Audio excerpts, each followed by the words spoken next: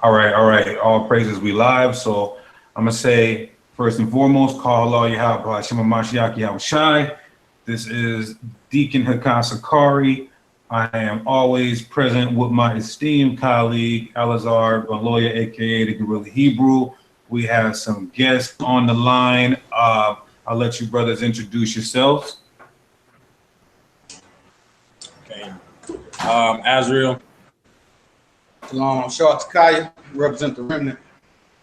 Okay, these brothers represent the remnant. Is it called the Remnant Hebrews or just the remnant? The remnant, period. Remnant out of Dallas. Okay, the remnant out of Dallas. So all praises. And what we're going to talk about today is the Hebrew New Year. We see a lot of our nation and our community, you know, starting the new year on different days and whatever the case may be. So we want to get an understanding of why these brothers picked their particular date. And we're also going to give the understanding on why we picked our particular date. We'll also talk about the Sabbath that these brothers keep and the Sabbath that we keep. So Lord willing, this will be an edifying dialogue and edifying topic. To all the moderators out there, make sure you are keeping the chat copacetic and getting scoffers out of the way. For all my brothers and sisters out there, if you got social media, please share it so we can bring edification nationwide. So without further ado, I'm gonna let these brothers give their presentation on their understanding of the Hebrew New Year. You guys got the floor. Hey, where's the link at so we can share that too? So what you want to do is just go on YouTube, Sicarii Public Enemies, and then click the video, click share, and share wherever you want to share it. Okay, I got you. So, hey, you hear that? Zach, go to the Sicarii Public Enemies and share it from there. All right, cool. So that. All right, you ready? Yeah. All right, let's go. All right, so we breaking down on what our understanding is of New Year's and when do we believe that New Year's began according to Scripture and our studies. So we're gonna get straight to the point, and we're gonna start at Deuteronomy 16:1. Okay. Deuteronomy 16:1. All right, Deuteronomy 16:1. Observe the month of Abib and keep the Passover unto the Lord thy God. For in the month of Abib, the Lord thy God brought thee forth out of Egypt by night. So the key word right here is Abib. And that's what the word that actually everybody called the month of April. So everybody think, I done talked to multiple people, a lot of us think that it's the month of April, but it's not. And that's where we mess up, and everybody, we kind of not on the same accord because we having the big confusion starting with that word alone. A lot of people don't even understand that it's a Hebrew word by itself. And Abib doesn't mean a month or the name of a month. And at the end of the day, if you say observe it, which this is a law, we read it, it's a commandment. How can we observe a month? When you observe means to look at something or pay attention to something. You can't look at a month. So, well, we're going to go in detail and show what Abib is. We're going to go to Exodus chapter 9. Exodus chapter 9, 31. And what's going on right here, if anybody don't know, this is during the time where we put the plague of hail and sent it up on Egypt. Just to get some understanding before we go to the scripture, so we don't have to go so far back. So we get straight to the point. But we're at Exodus 9:31. Okay, Exodus 9:31. And the flax and the barley was smitten, for the barley was in the ear, and the flax was bold. Okay, and this talking about the barley was in the ear. This is doing the I would say the stage of these crops during the time where the hail came. And it said that the barley was in the ear and the flax was bold. Go read 32. Okay, verse 32. But the wheat and the rye were not smitten, for they were not grown up. And it said the flax and the barley was smitten. We have to wonder why. If anybody don't know nothing about the crop, the barley crop, or any herb or fruit or whatever, when it's in the stage of development, when it's to the early stage, it's real hard to pull from the soil. It's real hard to pull. And you know, when it's later on in development, when it's ready for ripening, it's very easy to be pulled up. So and that can determine the stage of the crop as well. So when this saying right here that the flax and the barley was smitten, that lets you know it must have been in the stage of development of harvest, basically. And that's the reason why it fell. Otherwise, it would have still been standing straight up. It still would have been the root still would have been strong already. Okay, but the key word is that the barley was in the ear. The barley was in the ear. In the ear is a stage that we don't know. But in Hebrew, it doesn't say that. We're going into Hebrew on this scripture. Go ahead and go to scripture, read that over. Okay, and in the Hebrew, in Exodus 9:31, where it says the barley was in the ear, the word there is Strong's H24, abib. Abib. So basically, they're saying that the flax and the barley was smitten, for the barley was abib, and the flax was bald. So that's why I say 32. Okay, verse 32. But the wheat and the rye were not smitten, for they were not grown up. So because they was not grown up. So we showing here that Abib is not a month. Abib is a crop, and it's actually the barley in a certain stage. It's right before time for harvest, right before, but not actually. And it's only barley is in the stage of Abib for about 15 to 23 days.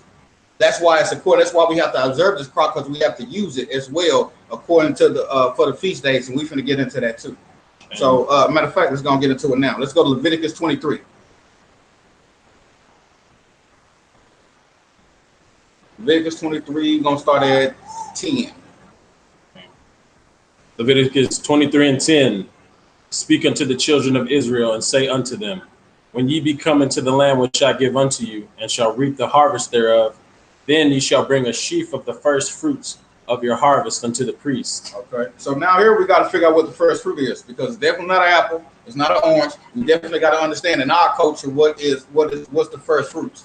Leviticus 2:12, I believe.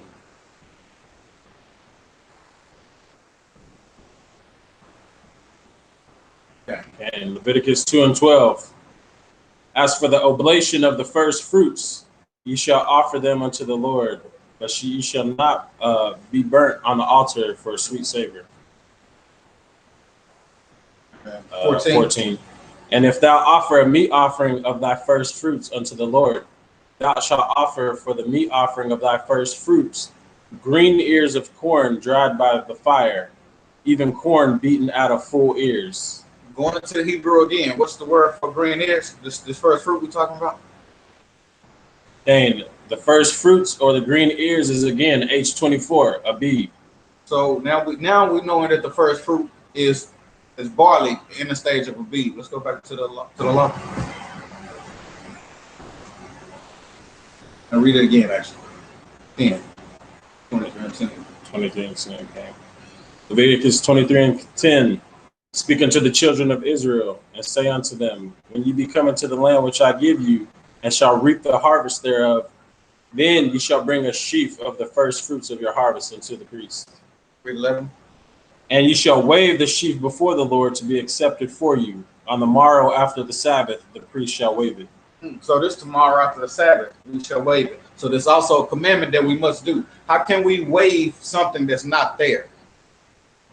If barley is only in the stage of Abib from 15 to 23 days, we have to be on time with this. Otherwise, if we do it too early or do it too late, it's not in the stage of Abib. So how can we observe something that's not there? Now we're going off scripture, and this is a commandment that was in Deuteronomy 16:1 to observe the Abib, so we can do this law right here. So we can keep this law to observe it as a wave offering, because it's the first fruit that we're supposed to wave, because it's actually the first fruit, the first crop that grows in Israel. And it grows on its own. Another reason why he said observe that crop. Matter of fact, Exodus, where's that? He came out of the month of Abib. Is that Exodus 4?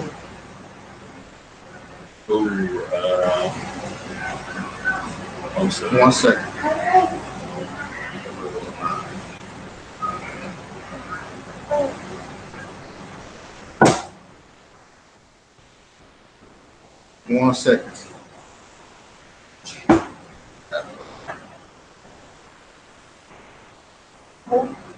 Exodus 13 and 4. And that's 1 second. It's Exodus 13 and 4, just in case y'all here. And Exodus 13 and 4. Let me go to the other one, my bad. All right, Exodus 13 and 4. This day came ye out in the month of Abib. In the month of Abib. So it's basically saying this month that we came out in the month of barley harvest, basically, during the time that barley was in the stage of Abib. So this is why he said observe it. So we know when the barley reached the stage of Abib in Israel, we know that this is the time that we came up out of Israel. We're not looking at the month, because you can't look at a month. Yeah. Okay, read Exodus 34 and 18. I'm going to go back to Leviticus. And Exodus 34 and 18. The feast of unleavened bread shalt thou keep. 7 days thou shalt eat unleavened bread, as I commanded thee in the time of the month of Abib. For in the month of Abib thou came out of Egypt. Just to clarify that this is the time that we came up out of Egypt. This is the time that the barley was in the stage of Abib. So now we're going to go to another holy day and see how it's important. Okay, let's go back to Leviticus 23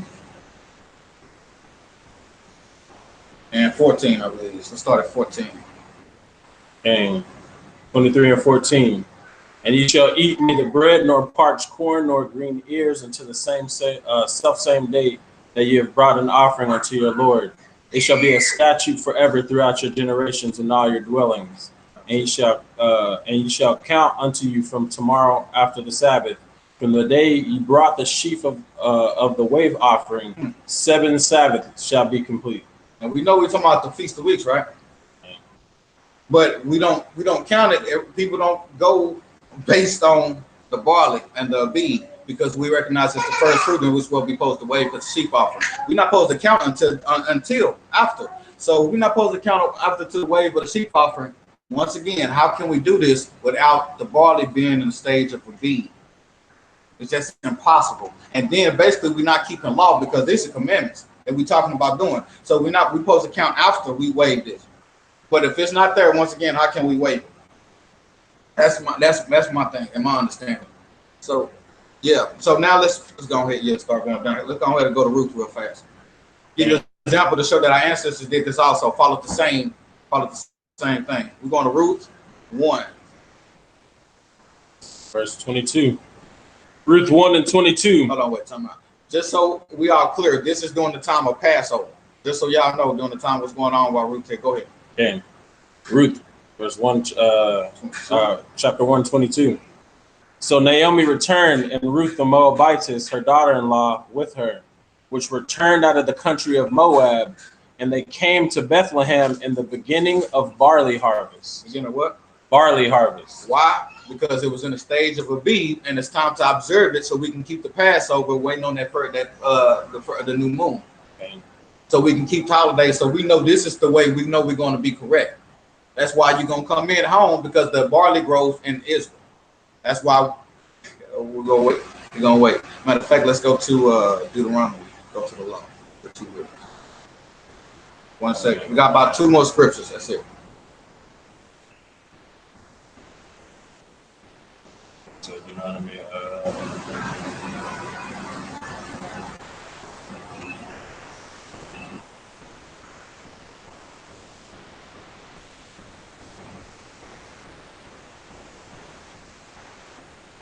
Deuteronomy 19:15. It's Deuteronomy 19:15. One witness shall not rise against a man for any iniquity or for any sin that he sins. At the mouth of 2 witnesses or at the mouth of 3 witnesses shall a matter be established. Okay, now we know for a fact this is law that we're talking about. To prove anything, especially using Yah, we must have 2 witnesses or more to prove that this is what it is. So my thing is that we have to understand what's our 2 witnesses. Our 2 witnesses is that from first witness is the barley. With the stage of Abib. Second witness is the new moon, because we know we're coming into the year where everybody knows when the new moon comes. So basically, that's our 2 witnesses. We use the heaven and the earth, just like Moses also did. We use the heaven and the earth. We use the barley, then we use the moon cycle to know when the beginning of the year is. And then that's when we count our 14 days and keep the holy days moving on forward, because we cannot, it's impossible to keep any of these feast days or holy days, appointed times, if we do not observe a Abib. That's why he said, observe this crop. Okay. We have to observe a Abib. Otherwise, he's going to put it there. And then we're not going to be on time in 5 people. It just don't make sense. It's not going to make sense if we're not understanding what a Abib is. So as long as we continue to call a Abib a month and not a crop that it's supposed to be, then we still not going to be in order. And that's what we're trying to say. Basically, it's all about the barley being the stage of a Abib. Everybody don't have access to get to Israel, but at the same time, that's why he said we're supposed to unite and come together, because we do. Our elder and us, we are connected with one nation coalition to my elder Morey Yoel, and they send somebody to Israel every year doing what?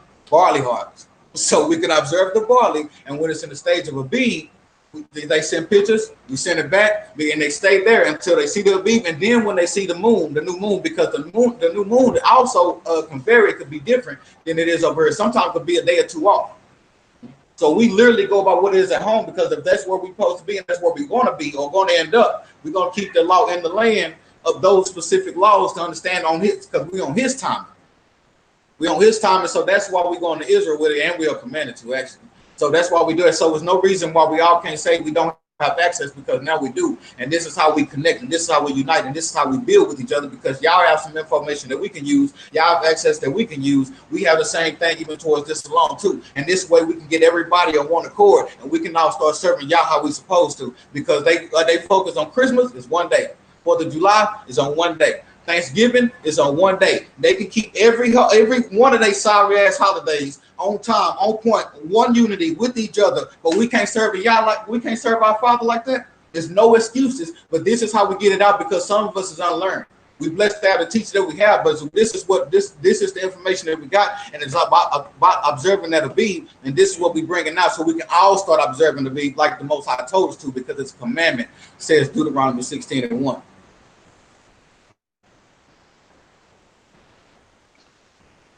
And that's it on that towards the New Year's. Okay. Okay. Well, I'm still trying to understand what the point of contention is, or what we're supposed to be talking about. We all understand that, number one, our entire calendar is predicated upon observation, right? And nobody disputes that Abib is during the time of barley harvest or anything like that. So I'm just trying to understand, like, how there's like, what are we supposed to be dealing with here? Like, because I don't see a difference in understanding. Well, the biggest difference is because how many feast days that everybody have and dates? We all off, Bob. We all off. If so many of us have different dates, it should be important to us that we seeing each other and we're not on one accord, knowing that that's a law that's supposed to be on one accord. And Abib is the reason why we're not, because we can't say, if y'all say, who can say they observe the Abib, but then they feast day or they holy day or Passover one around the 20th. So that's what I'm saying. If somebody celebrated this a Passover or like in March, stuff like that, anything, it's proof within itself that they didn't observe the Abib, and that's a law you break. So that's what we're talking about. Hold on. Say that again. Everything about Abib. Yeah. Now somebody was calling me, so I couldn't hear nothing. Everybody's not on one accord like we are commanded to. And it's all because we're not observing this crop. And that's what I'm saying. We don't see too many people observing it. We can't, but we can automatically tell who observing it as soon as everybody start bringing out their holy days and the dates they got for their holy days. Because they actually send somebody to Israel, and we get pictures and we get everything back. We get all the information from the land on time. So we know when we get these days, we going by the land, about the law of the book. So we know when everybody come up with these different dates, especially when nobody even went to Israel or had no access in Israel, then how can they come up with different days? That's what I'm saying. So it ain't even about us having the right day and the people having the wrong day. It's about us having different days. And we all need to come up with one day, and we're not going to do it until we come up with the same understanding, starting with the Abib. Because if everybody literally do that one commandment, we all going to be on point. Or we're going to be a hell of a lot on point more than we are now. But Abib is not being observed like it's supposed to be as a crop instead of a month. That's Even even what we saying. even in Israel, though, they having different days. And it's so. What are you saying about that? I'm just saying, like, okay, So so that's you so saying you that? saying that's the way it wouldn't matter or something? Is that what you're trying to get at? No, I'm not saying it don't matter at all. But what I'm saying is, even the brothers that are in Israel, you have different groups of individuals in Israel, and they coming up with drastically different dates from one another, and they're allegedly using the same formula to come up with this. No, it's not drastic. Actually, the few that we seen is not drastic. It's actually still kind of the same. But the only reason why it's a difference so when did y'all have your new year? They go because they're going into different areas of Israel. And my whole thing is this is a point. This is what I'm trying to prove. That as soon as we all start doing this as a whole, we're going to eventually get there on one accord. But as long as nobody is not doing this one commandment and observing of the barley, when it's in the stage we'll be, we still gonna be a mess all everywhere because no, we are majorly off by not observing the beat. The people that is going to Israel observing the beat, no, it's just a few days, no more than a week off, so it's not that bad. But some of us over here, we a month off. I saw y'all celebrating a month before the barley was even grown. So it is. It does make a big difference. Okay, so when was the new year according to you? April 6th. Yeah, and our holy days are actually on One Nation Coalition. You can actually go there. There's a site that you go on. Go there right now. Okay. So when did y'all? So if it was April 6th, that means y'all celebrated Pesach April the 20th, correct? Yeah, it was.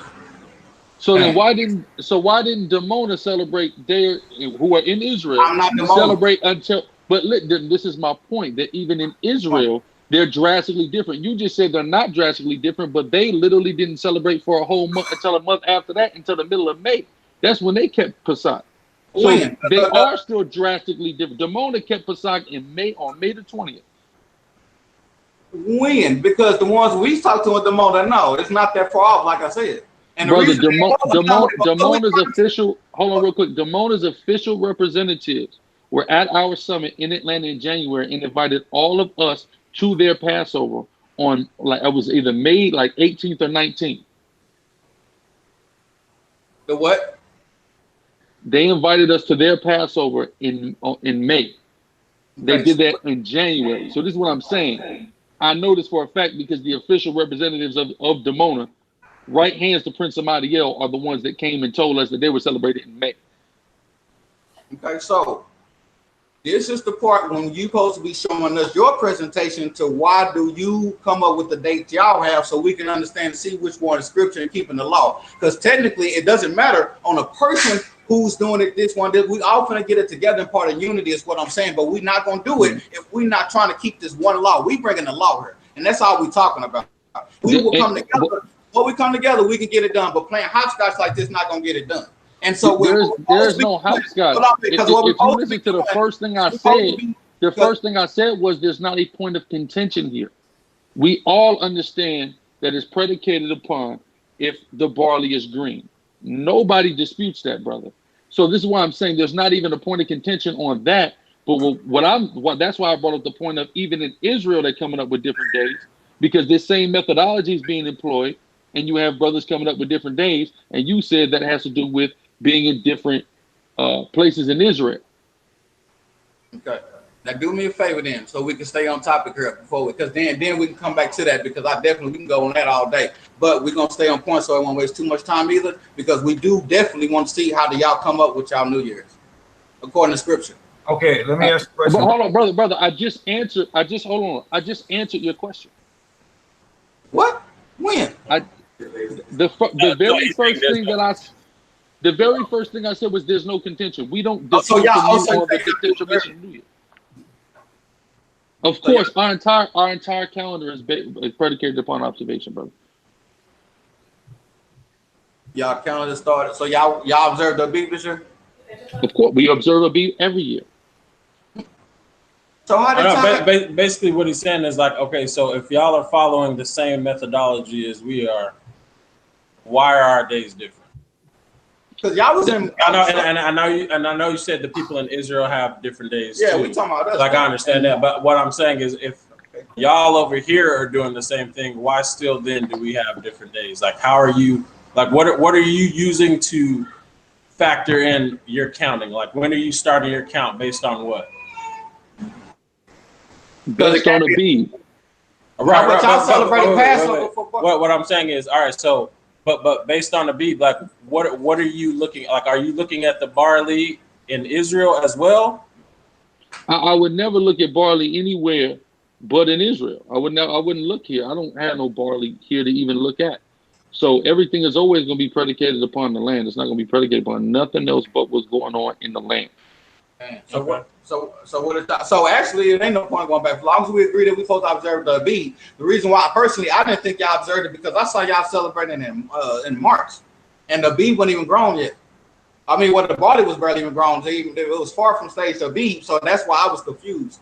And we also saw some more camps and some other people also do the same thing. They wasn't. You can tell by the dates. It wasn't with the barley. It was way before or way after. So that's why we feel like it's a concern, because even when we do talk to people, it don't matter if it's camps or other people, leaders, it don't matter. We talk to all kind of people. They don't know what a bead is. So technically it is an important topic, and we definitely need to be pushing this commandment, because a lot of people not knowing about this. And if it's our job to feed the people and to feed the people the truth, and we got all our people not observing the 16th as a commandment, and we're not observing the bead, then we down there and fought for it. But we got to get out here and let everybody know we need to be observing this proper. And a lot of people at the end of the day is not doing that because we don't talk to plenty. And it's not. So, so the only reason why we brought that up for y'all is based on how y'all did it, because y'all was celebrating Passover and the barley was barely even grown yet. So that's why we felt like y'all was a part of them as well, because clearly barley wasn't even grown yet to even be in the stage of a bead. So y'all I didn't see how y'all say y'all followed a bead when a bead wasn't even there yet, but y'all was talking about Passover. That's why I was confused. Well, like you said, in different parts of Israel, things sprout up at different times. But the barley wasn't nowhere at this time. We had a few. He actually might have had a few sources on different parts to even get a first time of it, and we didn't find none, bro. So why is Demona not doing it until May? No, but see, you was doing it in March. That's what I'm saying. At that early stage. Hold on. But why is Demona not doing it until May? That's the point. Going in the future. So it's still an entire month later. So there's still confusion off of the land. So even if I follow what you're saying is that you got it right and everyone else got it wrong.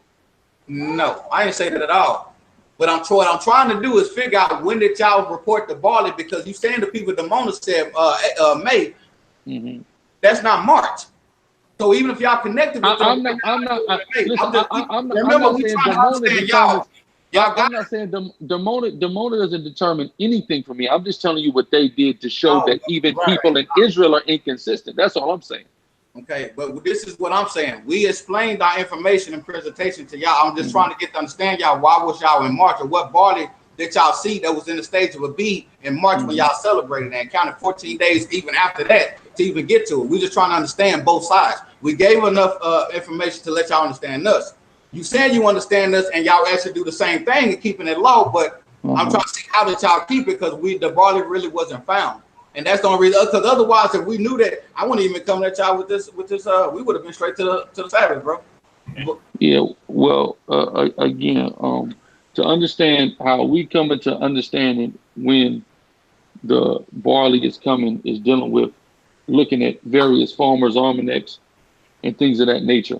So what I found is, according to raw farmers' almanacs in Israel, the barley is coming in a lot earlier than most people understand. So that's how we come to this determination. We've been doing this as long as we've been on our own. Who did y'all talk to over there? I look at farmers' almanacs. I didn't say I talked to any particular person over there. We got people over there now, but in years past, I've always gone off farmers' almanac. Farmers what? Almanacs. The farmer's almanac. This is how you deal with understanding the meteorological goings on in any particular geographical location, is through a farmer's almanac. Okay, and this is where they reported it, that the barley was in the stage of a bead in February? Uh-huh. Okay, I'm gonna check that out. And all right, okay, cool. Okay. But now, y'all never saw it for yourself, like to observe it, to keep that part of the law of it? No, I just went off the data provided in the Farmer's Almanac. Okay. All right. That's cool. All right. Well, as long as we agree then, but I still, as brothers to brothers, if we supposed to be united, we supposed to be building with this. I'm letting y'all know too. But y'all, I know y'all know already. Y'all talk to too many people like as much as we do. Y'all know nobody know about the barley and about a bead being April. I mean, we've done videos on it. So I mean, like, you know, we do videos on a lot of topics. So it's like if people ain't listening, then, you know, ain't much I can do. But this has certainly been presented. I mean, Deacon, when we do that, and remember that's at your crib in Escondido we did that. So that was probably at least 4 years ago we brought this out. Yeah, and if I can say this too, I'm looking at the Jerusalem Post, and this is saying that they're holding their Passover May 29th, May 30th. So, like he's saying, yeah, that's when Demona did it too. Yeah, different parts of Israel, the crops are sprouting up different times. Right. Okay, and our elders saying that Demona they don't follow a bead, they follow the Jewish calendar. That's what I thought. Which is possible. Which is possible.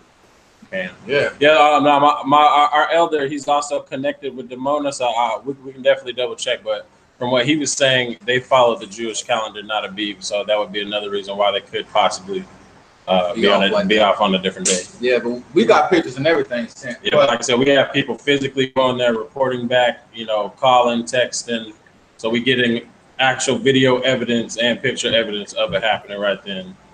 And we're not just doing it for us, we're doing it for everybody, because at the end of the day, we all need to be keeping this law and observing it for ourselves. We don't need no extra app. We got family over there. We got family here. We can all be pitching in money to send somebody over there. We can all put in money to send y'all over there, and as long as y'all report it back. But we have to unite in this way and keep this law, because it's that serious. Because if we don't observe the beads right, we got all the other holy days and the appointed times off. We're not going to be on time at all. So it should be very important to the whole nation, actually, because especially it's down there embarrassing the way every other nation keep they stuff on time every time on a regular, but we don't want to look all over the place. So it should be important to us to worship the Most High in order and fashion it like that off top, just because he deserved that much of it. Even bringing us back to this knowledge, he deserved that much anyway for just his creations and him being him. So it's like he deserved perfection. And if we know we got access and we got information to perfect this, I don't see why that's why we're not going hard on that. Instead of going hard on each other, we should be going hard on these laws to make sure everybody on one accord, because that's what the Most High wants. But yeah, I don't disagree with that. Yeah, I know. So that's all I'm about. We about unity for real, and we don't, because that's why nobody really sees us like that, because we don't do debates like that either. We do it for a purpose, but it's just for understanding purpose and for a nation building. It's definitely not to go back and forth and argue. We ain't got time for that shit. So we definitely here for a purpose, and it's just important to get on one accord. And anybody that's listening also, we all need to get on one accord with keeping this law, and we can't do it separately. We got to do it together. Everybody bring in something major to the table that somebody might not know. From y'all to us to anybody else to the other camps in New York, it don't matter who it is. Everybody gonna know something maybe somebody else might know, but together we know everything. So we need to be getting together, trading information, and dealing with the facts at hand, so we actually can be on one accord as one nation, like we supposed to, as we once was before. So that's my aim and our goal. Period. Okay, so you guys wait until the barley is right, and then you look for the first new moon after that. That's commanded. And you go by the first slither of light, right? Okay. Wait. So hold on. So y'all wait till it's right, or y'all wait till a bead? No, we wait till the stage of a bead was right before the ripeness. Come on now, y'all know what we mean. Okay, no, he just said right, so that's why I was. There's multiple stages of a bead, but we could address all that too. But we trying to stay on topic. But it's way more than stages. A bead was just one of the stages. Yeah, of course. Yeah, that's what I'm just trying to. Okay, I'm just trying to understand that. Okay, and then so you look for it, and then that's the first month. What is according to your understanding? What's the name of the first month? First month, Rosh Hashanah. Ain't no name of the first month. We don't call it. We call it the moon of the month of Abib, because this is the month that we came up out of Egypt, but we still observing the crop. But we talking about this Abib as a crop, because this is when the barley, this crop turn and have to go through the stage of development. And we not identifying the month like that. We identifying the law. So we're not calling it a month at all. And if we do, it's the month of a barley harvest. So we do have names of our month in the scriptures, though, right? So what are you getting at? I ain't going though. I'm just simply just trying to get an understanding of how you guys establish your whole calendar. What does that have to do with the topic of observing? What do you mean? Repeat the question. Because I don't want to go too much, so we can stay on topic. Yeah. The whole thing is, like Elazar said, we're both observing the Aviv, and it seems like there's no contention to that. So I'm not sure what you mean by staying on topic. I mean, the Hebrew year is the topic here, so I'm asking about the months of the Hebrew year. Okay, so what are you saying about the months of the Hebrew year? Does our months have names? What is? What are you saying? I was still saying what that have to do. What was the topic? When the year starts. Okay, we said the law of barley harvest. That's basically our answer. So if y'all give us y'all answer, like you said, we're gonna do back and forth. We give us our answer. Y'all say I agree. We agree. Okay. So why we not going on to the Sabbath or the seventh, or basically the Sabbath period? Because we're supposed to be agreeing. Let's just move on to the Sabbath, because there's not a point of contention. I don't see what's connect us or what we're gonna do with knowing the name of a certain month, with knowing we're not even keeping the law in that month. Why are we worried about the name of it? Okay, so that's why I think it's on topic. That's it. Even though it's not a bad question, we can get to that. But for the subject at hand, it really don't have to do with not going to help us out. We get to the bottom of the. Basically, ain't no problem because we don't want to record already. So right, that's so why we're on the same understanding then. Yeah. All right, y'all for that. Okay, so as far as your Sabbath, how do you guys establish your Sabbath? Okay. All right. And we do keep, just for edification, we do keep the Sabbath on Saturday. On Friday, Sunday, and Saturday, Sunday. We do. We keep it in the 7 day. We keep it in the 7 day cycle because we believe and we know, we see that and understand that the Sabbath is a weekly cycle within itself. We have different. The Sabbath is on the Sabbath is on its own cycle. It's not dictated by anything else. It's on its own 7 day cycle separately. Let's go to Genesis 2 and 3. So, about to go to Genesis 2 and 3. Most people believe this first time the word Sabbath appears is Exodus 16 and 3, I believe, where it gives it to us, but it actually appears in Genesis 2 first. So we're going to go to Genesis 2, verse 2. And on the seventh day, Yah ended his work which he made. And he rested on the seventh day from all his work which he made. Yah blessed the seventh day and sanctified it, because that in it he had rested from all his work which Yah created and made. All right, so just to be clear, the Most High doesn't rest. The Most High doesn't get tired. If you want to back that up real quick, we can just go to Psalms 121.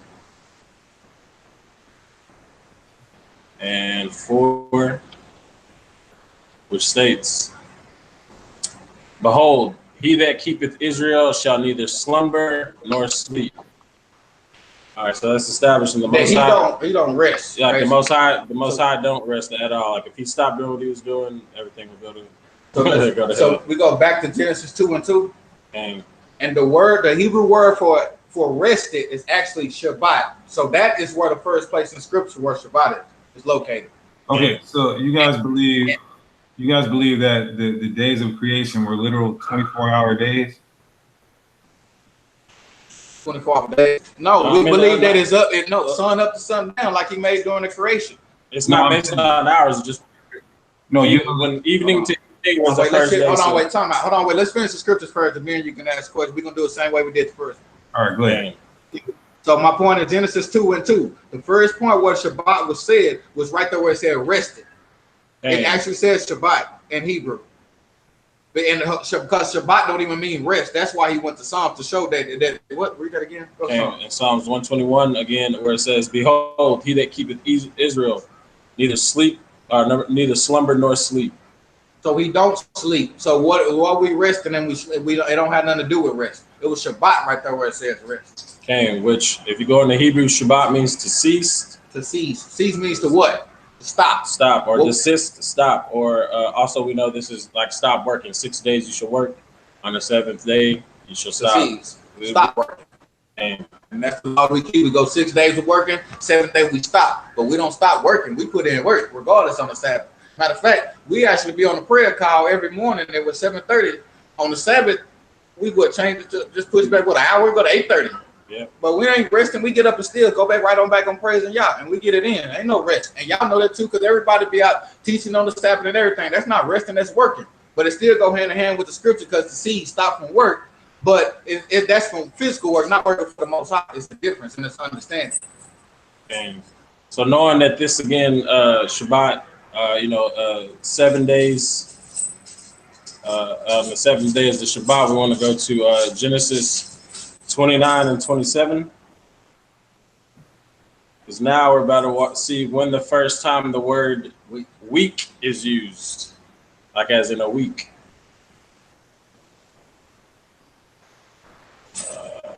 27. Genesis 29 and 27. Fulfill her week, and we will give thee this also for the service which thou shalt serve with me yet another 7 years. So we go into the Hebrew. That word for week there is shabuah, which is a 7-day period or a week. So in Hebrew, the only way you can actually use the word week or shabuah is to have a continuous 7 days. Anything out of 7 days is not a week in Hebrew. We can also go to the root word of this, which is Shabbat, which means 7 in Hebrew. So it's also showing you this is 7 days, something continual, never breaking. That's why we said it's on its own cycle, because in the beginning, the Most High created all the days up to the 7th day, where he again Shabbat. And the reason why we don't, and just to throw that in there, because we know for a fact the sun and the moon, according to Genesis 1 and 14, we're supposed to use the signs in the heavens for appointed times. Because it doesn't say seasons right there either. That's just for edification purposes. It don't say seasons, and the Hebrew word for there is moed, moed or moed. It means appointed times. So these appointed times, the signs in the heavens are for appointed times. Okay. So with that being said, hold on. So appointed times is for fact. Excuse me, I'm sorry. The 4th day was when the moon and the sun and the creations in the heavens was created.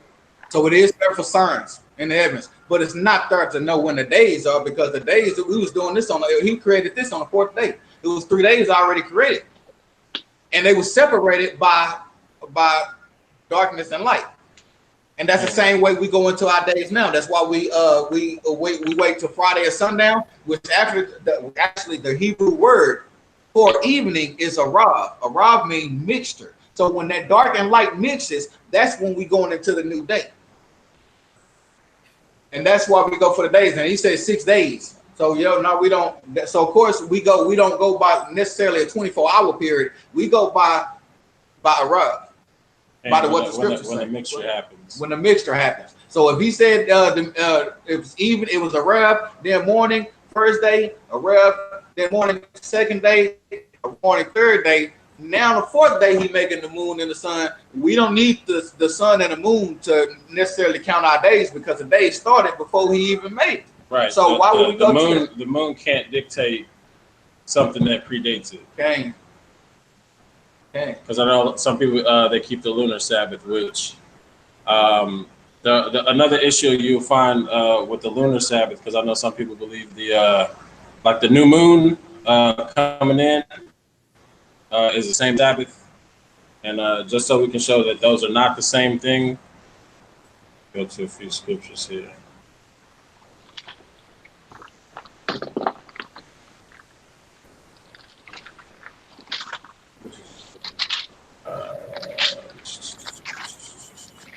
We can go to like Isaiah 66.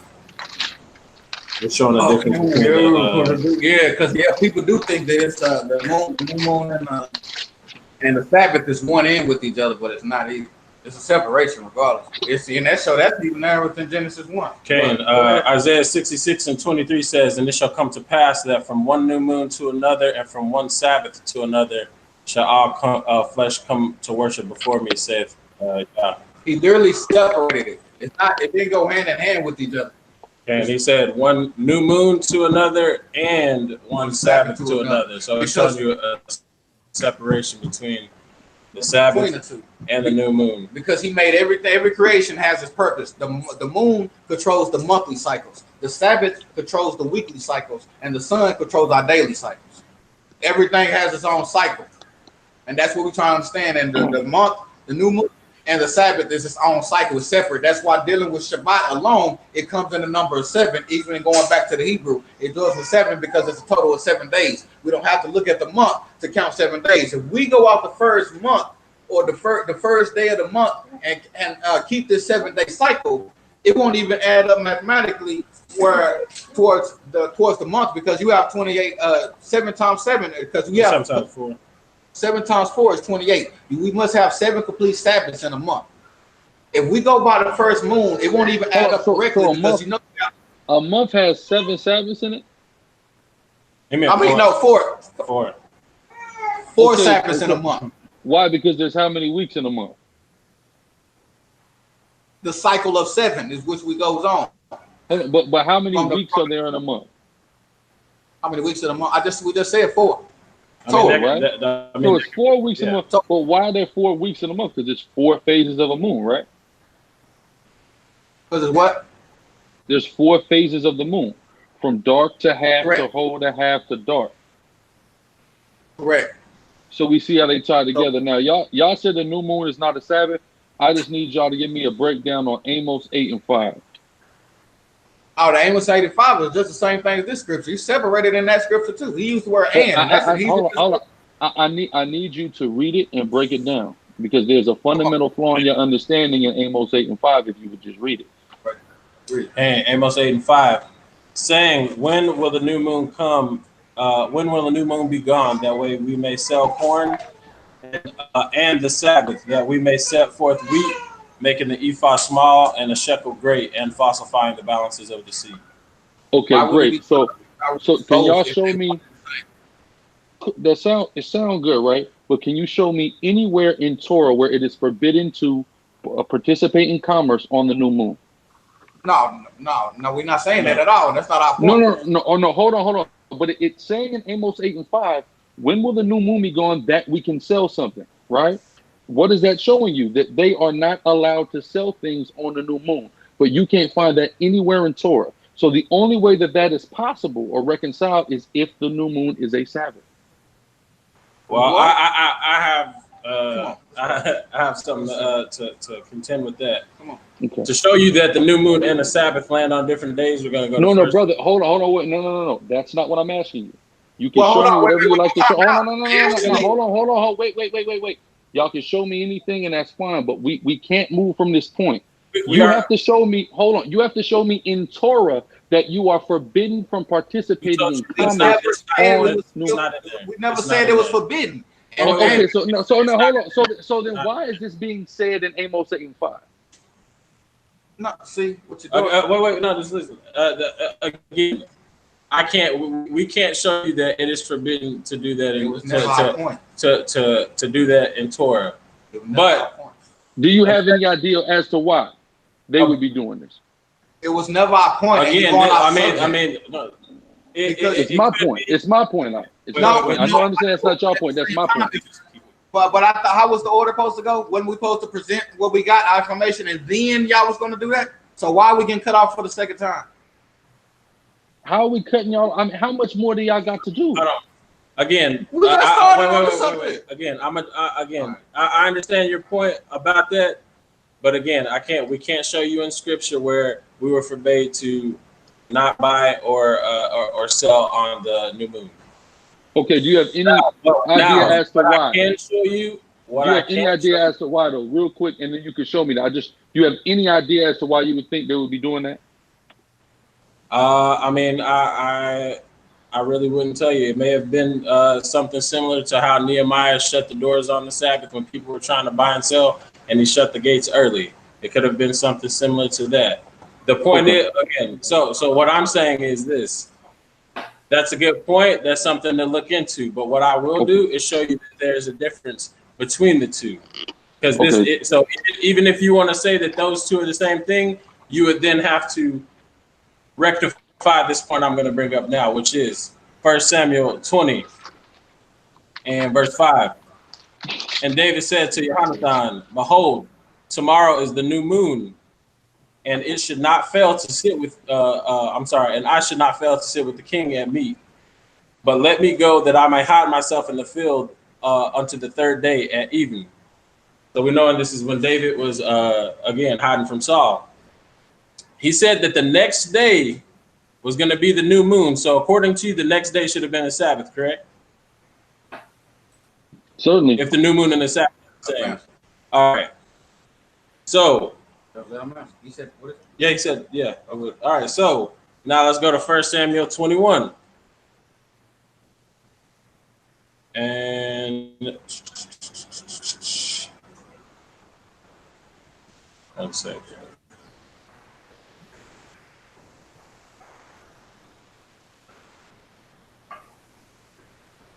All right, and 1 Samuel 21, we're going to read verse 5. And David answered the priest and said unto him, of a truth of woman have been kept from us about these 3 days since I came out, and the vessels of young men are holy, and the bread is in a manner common, yea, though it were sanctified this day in the vessel. And so what bread is he talking about? Verse 6, so the priest gave him hallowed bread, for there was no bread there but show bread, and that was taken before the Lord to put on to put hot bread in the day that it was taken. So this is when the priest Abimelech swapped out the show bread. The show bread is only ever swapped out on the Sabbath. So how could the new moon be the first day, but here it is the Sabbath, and Abimelech is swapping out show bread 3 days later. 3 days later. Okay, so first and foremost, when you read 1 Samuel 21 and 5, when you look in the Hebrew, that word 3 is not in the Hebrew. So if we're looking at the actual Hebrew, 3 days ain't in the Hebrew. You can look it up for yourself. Secondly, are you saying that the priest didn't bake bread every day?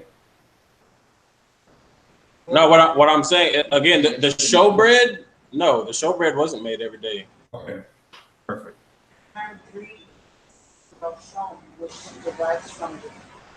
And I'm sorry, which word did you say? The word 3 and where? I'm sorry? Because you guys are harping off of 3 days. It's not in there when you look at the Hebrew. So what is there? What is that supposed to mean? It's an insertion from the English. There is no. Because so shom is what it says there in Hebrew, and it actually means more so 3 days before. It says that's what we got. So it's still accurate. 1 Samuel 21 and 5, you see the word 3 in the Hebrew. Kain, shlishom. Okay, where's the word 3 in the Hebrew? No. We ain't showing you what 3 is in Hebrew. We showing you what is there in Scripture, and that part of Scripture in Hebrew, so we get the Hebraic thought of these Hebrews, so we understand what they're saying. Okay, but Damn, he's saying it. And it says shalashon, which means 3 days before. So it necessarily not meant to mean 3, but Again, but even if you don't say this is 3 days, this is still days after, because if you read in 1 Samuel 20, on the day of the new moon, David was not in there with the king. Saul, brother, Saul him, and he did not see him. On the second day, he wasn't there. On the third day, let me get this straight. Your point of contention is that bread can only be baked on the Sabbath, the showbread, right? Okay. what is that? Okay, this is Leviticus. That's when it's swapped out. Okay, this is the Leviticus chapter 24, verse 8. And it says, every Sabbath he shall set it in order before the Lord continually, being taken from the children of Israel. Hold on.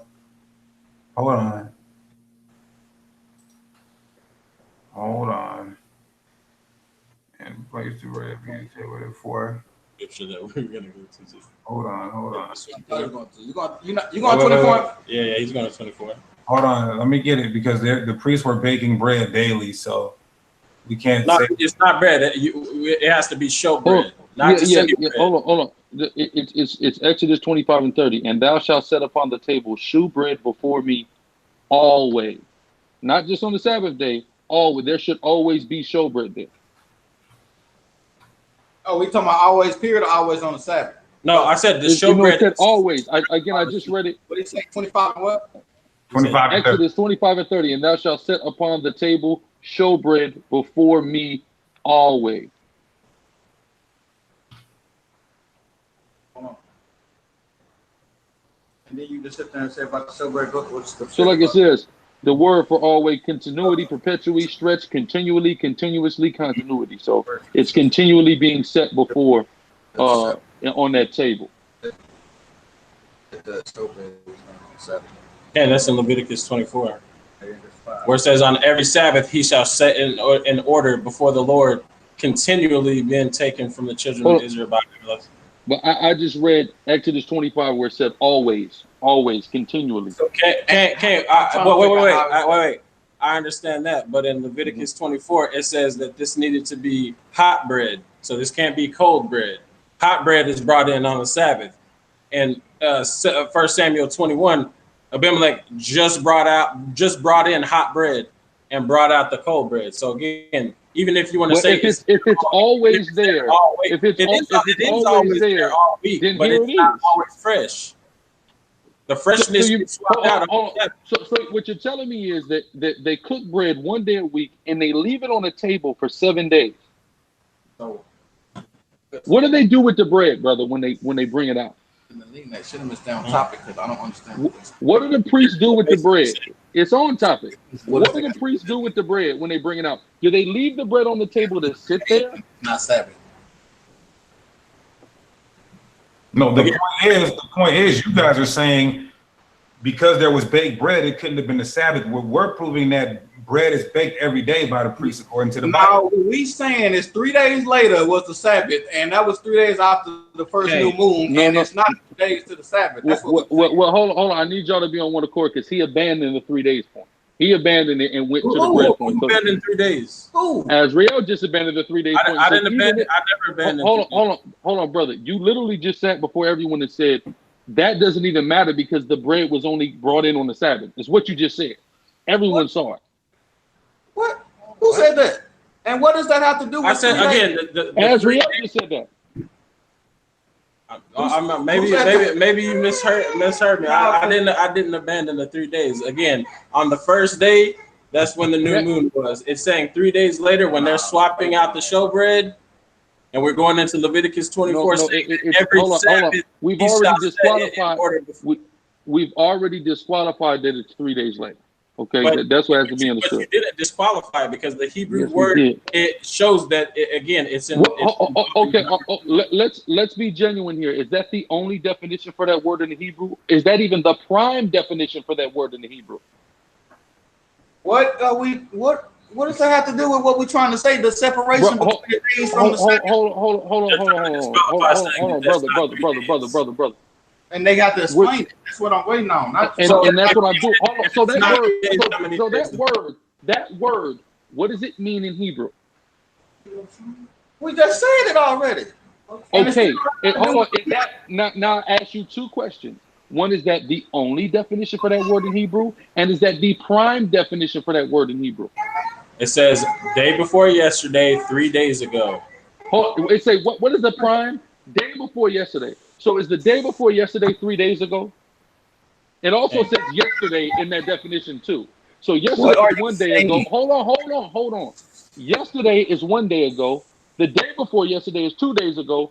3 days ago is 3 days ago, right? So that one word has 3 different definitions, right? So we cannot pigeonhole that one word as a substantiated fact that it is happening 3 days ago. This is why we're now focusing on the bread issue, because that word in and of itself is not enough evidence to say emphatically that this is 3 days later. I'm stating that for the record. So now we're looking at the bread that's always placed there. That's why I'm asking you, when the bread is placed on the table, what does it do? Does it sit for a week, or are the priests coming in and eating it? Again, the priests come in and they eat the bread. I don't. It's not. Okay, so if the priests eat the bread and the bread got to be there always, that means every day when the priests come in and eat the bread, they got to put new bread there. So this could have been any day of the week. That's what I'm going to find. God.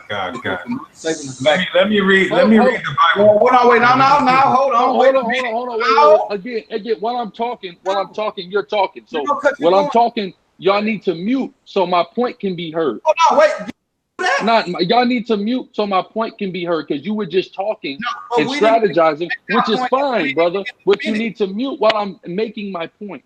But why y'all didn't mute when we was trying to make our point? Because we still didn't even get to finish. Hold on, brother. You have had far more free time to talk than us than we had tonight. That's indisputable. That's undisputable. Y'all have had far more time to talk. We've given you guys over 10 minutes of uninterrupted talk time. If y'all done cut us off. 2 different times.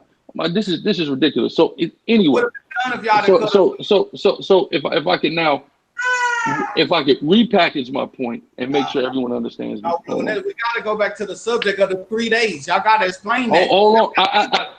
I've already explained it. If you would stop talking, you would have heard me explain it already. You said so. Your man sitting next to you, Azrael, he gets it. So let me re-explain it here. So the word in Hebrew has 3 different definitions for the audience, right? One is yesterday, one is the day before yesterday, and one is 3 days ago. We know yesterday is 1 day ago. The day before yesterday is 2 days ago. 3 days ago, of course, is 3 days ago. So because this one word does not have an emphatic definition that gives us an understanding of an emphatic period of time, we cannot rely on that word to determine or make a point here. So we're now moving on to the other aspect of this point, which is them alleging that showbread is only refreshed on the Sabbath day. I read Exodus 25 and 30 that says that the showbread should be set before Yahweh always, right? Then I ask, well, what is the showbread brought out for? To sit there for a week or for the priest to eat it? They said for the priest to eat it, which is true. So if the priests eat the showbread and the showbread must always be set before Yahweh, that proves what? That the showbread is being refreshed on a daily basis, not just on the Shabbat. So what does that mean? The point is null and void. Not necessarily, because also when you go into 1 Samuel 20, it gives you the day-by-day breakdown. Day 1, where was David at? Hey, listen. Day 2. No. Again. Okay. Day one, David was not there. Day 2, it references day 2, David was not there.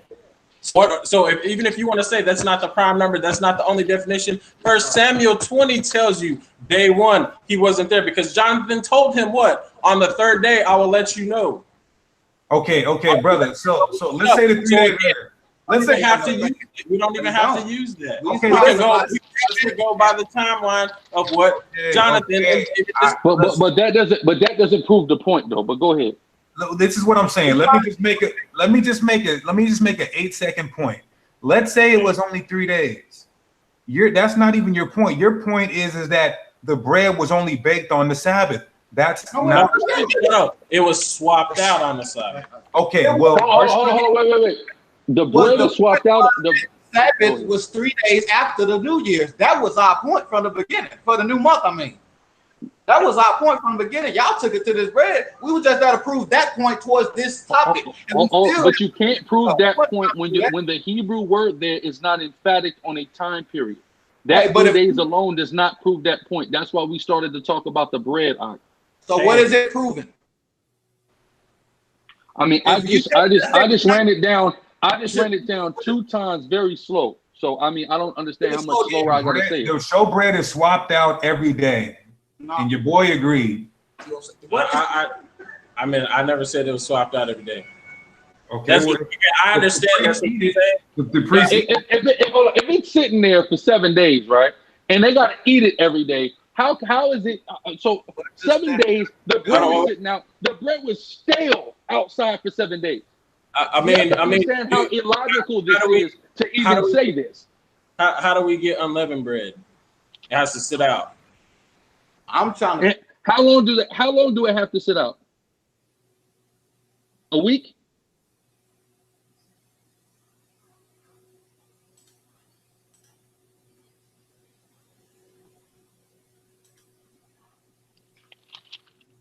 The Most High gave us manna from heaven that spoiled the next day. I think the brother's connection They're went back. out. They're back. They should be back. No, he looked frozen. Yeah, he's frozen. Let's get. Hold on. Let's put everything on pause. Let's give these brothers a second to Okay. come back in here.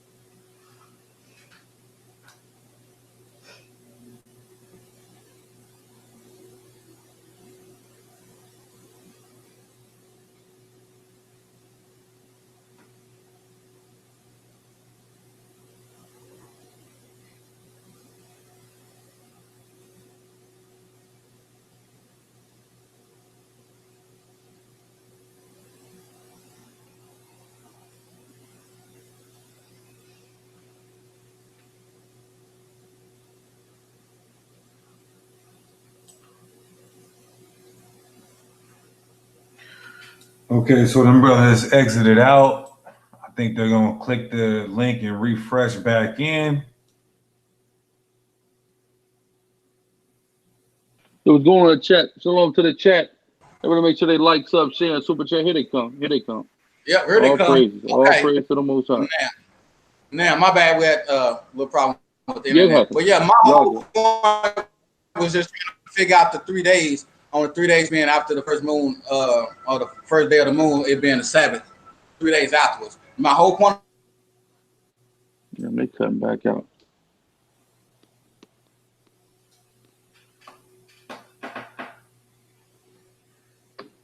And then, Hey, brother, Y'all cut out again. Y'all cut out again. So Yeah, you you have to cut say it out again. again. Last thing I heard you say was only thing you're concerned about is after 3 days it was the Sabbath.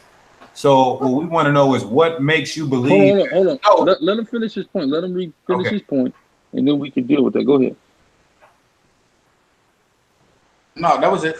Yeah, that was it. I was just trying to figure out. No, what we doing showing in that scripture that it was 3 days afterwards, because he did go through the daily things that was happening in that situation, and we showed that it was the first of the month, and then showed the 3 days it was the Sabbath. So that's when my whole point is, like I said, showing that the moon has its own cycle, just like the weekly has its own cycle. It is not one and the same. It's not one and the same. And then on top of that, if we do go by the first month like that, if we go by the first month, if every month we go by the first month to count 7 days afterwards, how will we even get Feast of Weeks?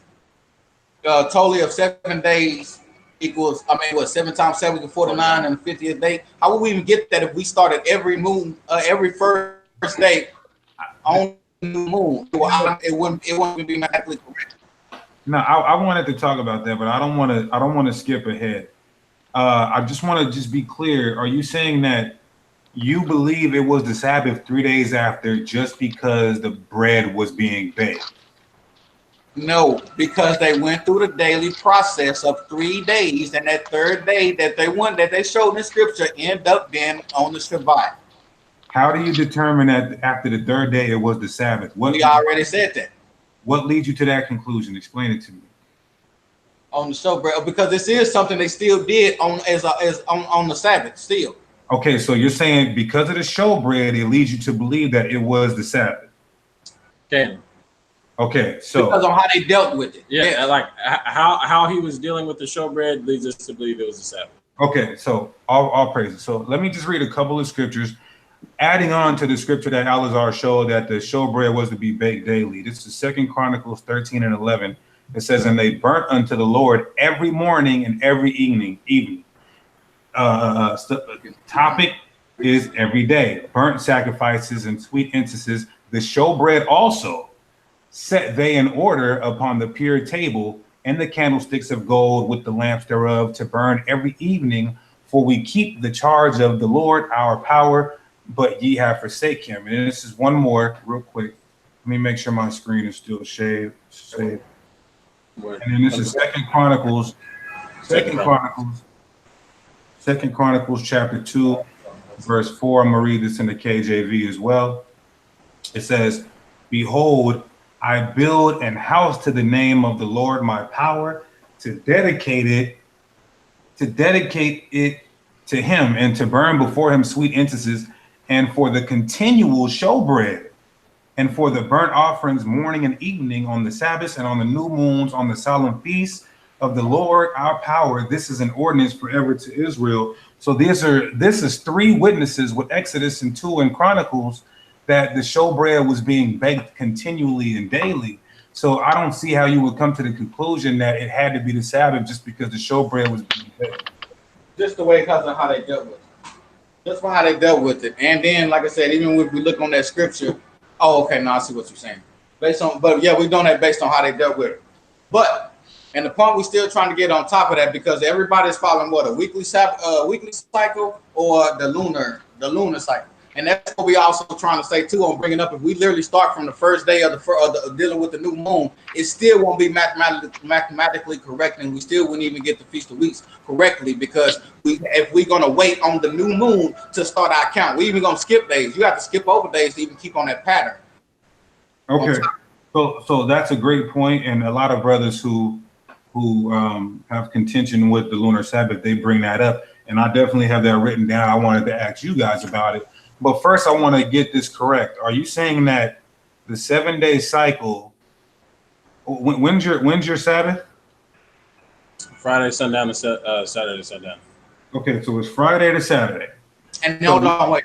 Let me add in too, because you know, because 2 ways that we feel like, even let's say if because some people do say that Saturday you just pick a Saturday, or you can't pick a day or whatever like that.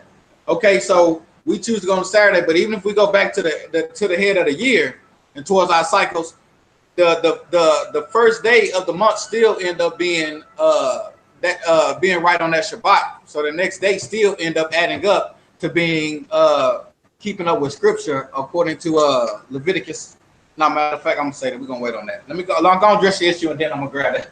Okay, so are you saying that your Hebrew New Year, every year, the first day of your Hebrew New Year, in 7 days, it's always Saturday?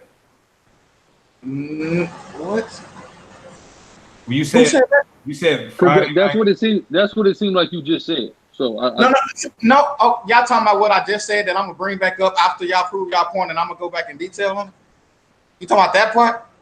I mean, what you just said sounds like you said that the new year comes in on Friday night every year anyway. No, that's why I held it, so we can go on Scripture with it. And I said, go on, let the brother prove his, go to what he was going to go to, and then I'm gonna come back to that. But now that's what I ain't going to. We keep the cycle as opposed to, we keep the 7-day cycle as a cycle within itself. We don't bounce it off the new moon like that. The moon will have its own cycle. We keep a weekly cycle just like everybody else do. Right, because as we're saying in the Hebrew, like in order to keep the Sabbath 7 days, 6 days you shall work, 7 days you shall keep it. It can't ever break. There has to be a cycle that is continuous. And we're not gonna skip over like we can't find anywhere where the Sabbath is rotating or changing. It's 1, 2, 3, 4, 5, 6, 7, 1, 2, 3, 4, 5, 6, 7 continually. Okay. And back to my question. You guys keep a Friday night to Saturday night Sabbath, and you've been doing this for since you came into the truth, correct? Not since I came in now, but it was one of the first. Okay, so you believe that this cycle that we're in right now. So pretty much your 7-day cycle matches up with the Gregorian calendar 7-day cycle. Yeah, sure, I guess, but I mean, we're not basing it off of that. Okay, so you believe that from Genesis 2 to now, what we now know today is Friday to Saturday has been the 7th day since then. We run with it. That's what we run with it because we don't have no other scripture to go outside that. And even dealing with what everybody else even calls Saturday, it still matches up with Shabbat. When we go and read and go into it in the Hebrew, dealing with 7, it still go in with Shabbat, and they all go hand in hand. And when people do change the days, they didn't sit there and say, let's change the Sabbath to Sunday. They said, let's change the Sabbath. I mean, they didn't say let's change the Sunday to the Sabbath. They just said the Sabbath to change the Sabbath to Sunday. They reversed it. They didn't corrupt the Saturday. They changed it to Sunday, so they got everybody worshiping Sunday. They didn't mess with Sunday. If we supposed to guard, if we supposed to keep the script, matter of fact, go to that. Let's exit. Hold on.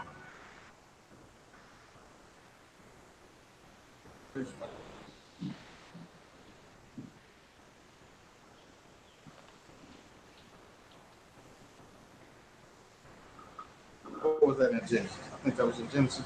For which one? Keeping the Sabbath. Guard. Oh, Shemar. 1 second. Hold on 1 second. I'd rather grab it and read it first. I just had it. Oh, sorry.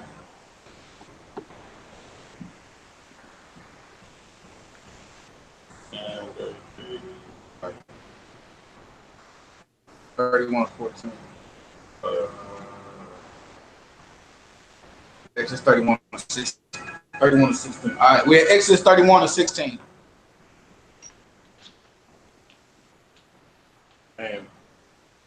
And the children of Israel shall guard the Sabbath to perform the Sabbath throughout their generations as an everlasting covenant. Because the word for keep is shamar for Hebrew, and that means to guard. So we're supposed to guard the Sabbath. But my whole thing is, how can we guard it if it's in rotation? If we rotate it based off the new moon, you can't guard something that's always in changing. Look. But that's how. Can you guard? Do we have to keep the new moon? You have to keep the new moon. Yeah. What you mean? Now, what exactly is your question on that? Are you saying like observing the new? Because you have to observe it. Yeah. Okay. You have to observe it, so we got to keep it though, right? Yeah.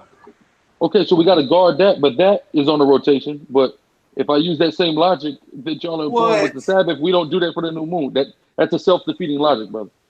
No, because the Sabbath is, again, that's separate. Genesis 2. Hold on. No. We have to follow the line of logic that y'all just presented. That's what I'm talking about. Okay, well, you just presented a line of logic that said you can't keep something if it's jumping around, but the new moon is jumping around, and you can keep that. Again, what we're saying is, again, in context of the Sabbath does not change. Okay, all right. And you mix it. By definition, Sabbath is 7 days. So it's 7 days. Okay, great. Okay, so Friday to Saturday. So Friday to Saturday right now is the same as from the beginning. That's what we're going with, but it's not changing. Okay. So if you're still relating the moon, hold on, wait, hold on. I see what you're doing, Alazar, and that's not cool, bro. I see what you're doing. What am I doing? What am I doing? Explain to me what I'm doing. That's some type of underhanded tactic as you're trying to hint at. What's underhanded about me asking you about what you believe? That's all I'm doing. All I'm trying to do is ask you.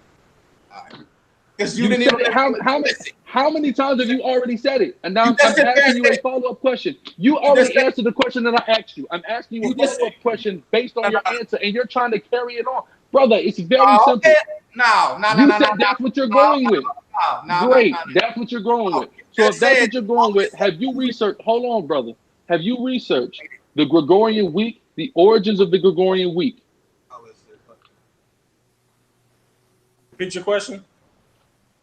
Have you researched the origins of the Gregorian week?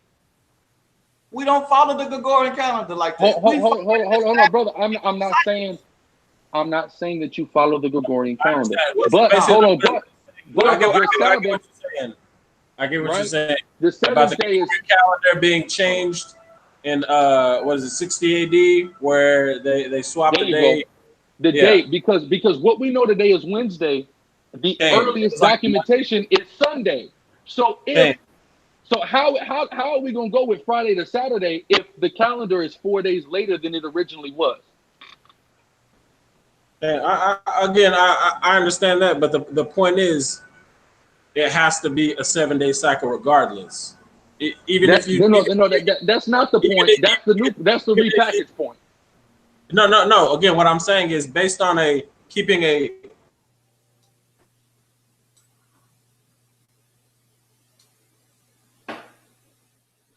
Where they froze again?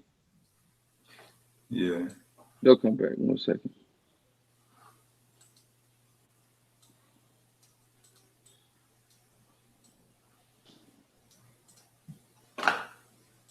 It's good, but he's familiar with that information about 60 AD. According to the moon, what happened to the Brother, brother? I'm talking about it was cutting up bad. So your whole point we missed. So if you could, brother, repeat that.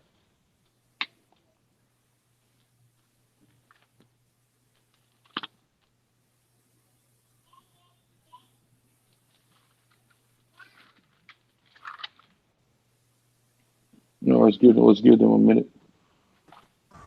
Here they come. Can you see me? You're good now. Go ahead and just your whole thing that was cut out, brother. So if you could repeat all that.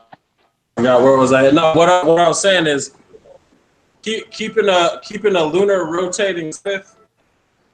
How are you gonna complete the cycle of 7 each week? Like it has to be an unbroken cycle of 7 every week. I can't even get past my my question. I don't have full understanding on what you guys even believe. I'm trying to see how you guys matched your weekly cycle up exactly with the Gregorian calendar. How did you find? So you guys just you got in the truth and you said, oh, the Hebrew weekly cycle matches up with the Gregorian. How did you guys find your Hebrew weekly cycle? Is what I'm asking. Again, all right. So when did we start keeping the first week of our days? So like I guess if you want to go to before Exodus 16, where we were told to keep the Sabbath after Exodus. Let's say we kept it all the way to 70 AD. Is it not prophesied that we would lose our identity and nationality and lose our customs? How do we wake back up and say the Gregorian calendar matches our Hebrew cycle? Well, answer me this: did we all go into slavery during the 70 AD, or did a lot of us flee into Africa, still understanding our culture, our all of that, and make it out of there? Okay, so is it not possible that people carried on the same information that weren't taken into captivity because some were warned and told to flee, and we know that everyone fled in different directions, so not everybody was captured. So again, but once we get to 1,500 years later, once we get to 1,500 years later, though, not 70 AD, but a millennium and a half after that, it's been lost at that point. You would have to be able to show me somebody who has uninterruptedly kept it. Well, number one, based upon prophecy, I need to show somebody. I need you to show me somebody who has uninterruptedly kept Israelite customs from the exile of 70 AD to this date without any foreign influence.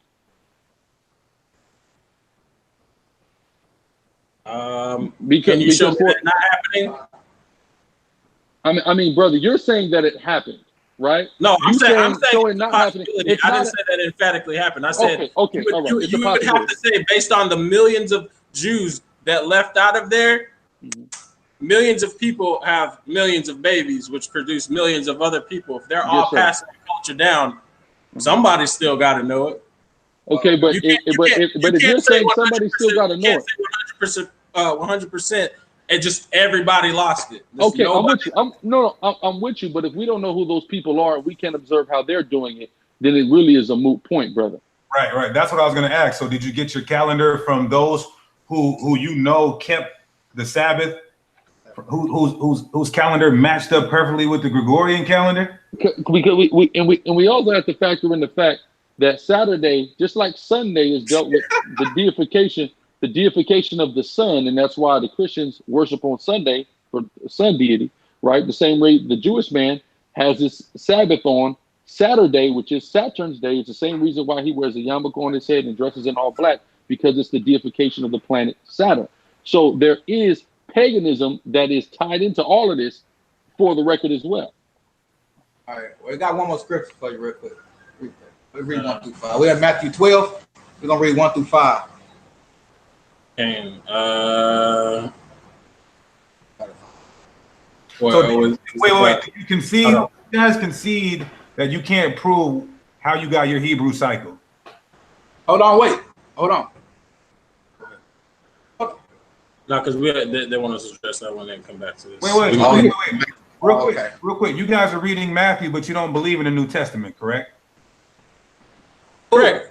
Again, I mean, there. No, I take it for what it is, especially towards the history part of it. Oh, okay. The reason why I don't know, the only thing that I don't do with the New Testament is believing that Jesus is our salvation. I don't. Not according to the scriptures in Old Testament, we shall save ourselves according to scripture. But no, I do read both. That's a whole different topic. What I'm going to is proving something. Matthew 12 is just to prove. That's fine. But first, do we concede that there's no definitive way that you guys can determine that Friday to Saturday is the same uninterrupted cycle too? This is okay. I would say that. Okay, yeah. On that, definitely. Okay, no, hold on, wait. Hold on, because I'm gonna tell you exactly what I'm saying. Because now I understand what you're saying towards the Sabbath. Yes, that's how we got it. We're dealing with the Sabbath, and all that. But on the fact that we don't see how y'all can start it also on based off the new moon, knowing for a fact that we had 3 days before the moon was even made. So we have a misunderstanding on both parts. But one thing about us, we keeping the 7-day cycle, and we keeping the cycle within the cycle that it's supposed to be on. We're not basing it off a whole nother cycle that he made, another creation for a different cycle. Basically, what I'm saying, we don't use the new moon. Okay. That's why we did want to see where y'all. What was that first thing you said?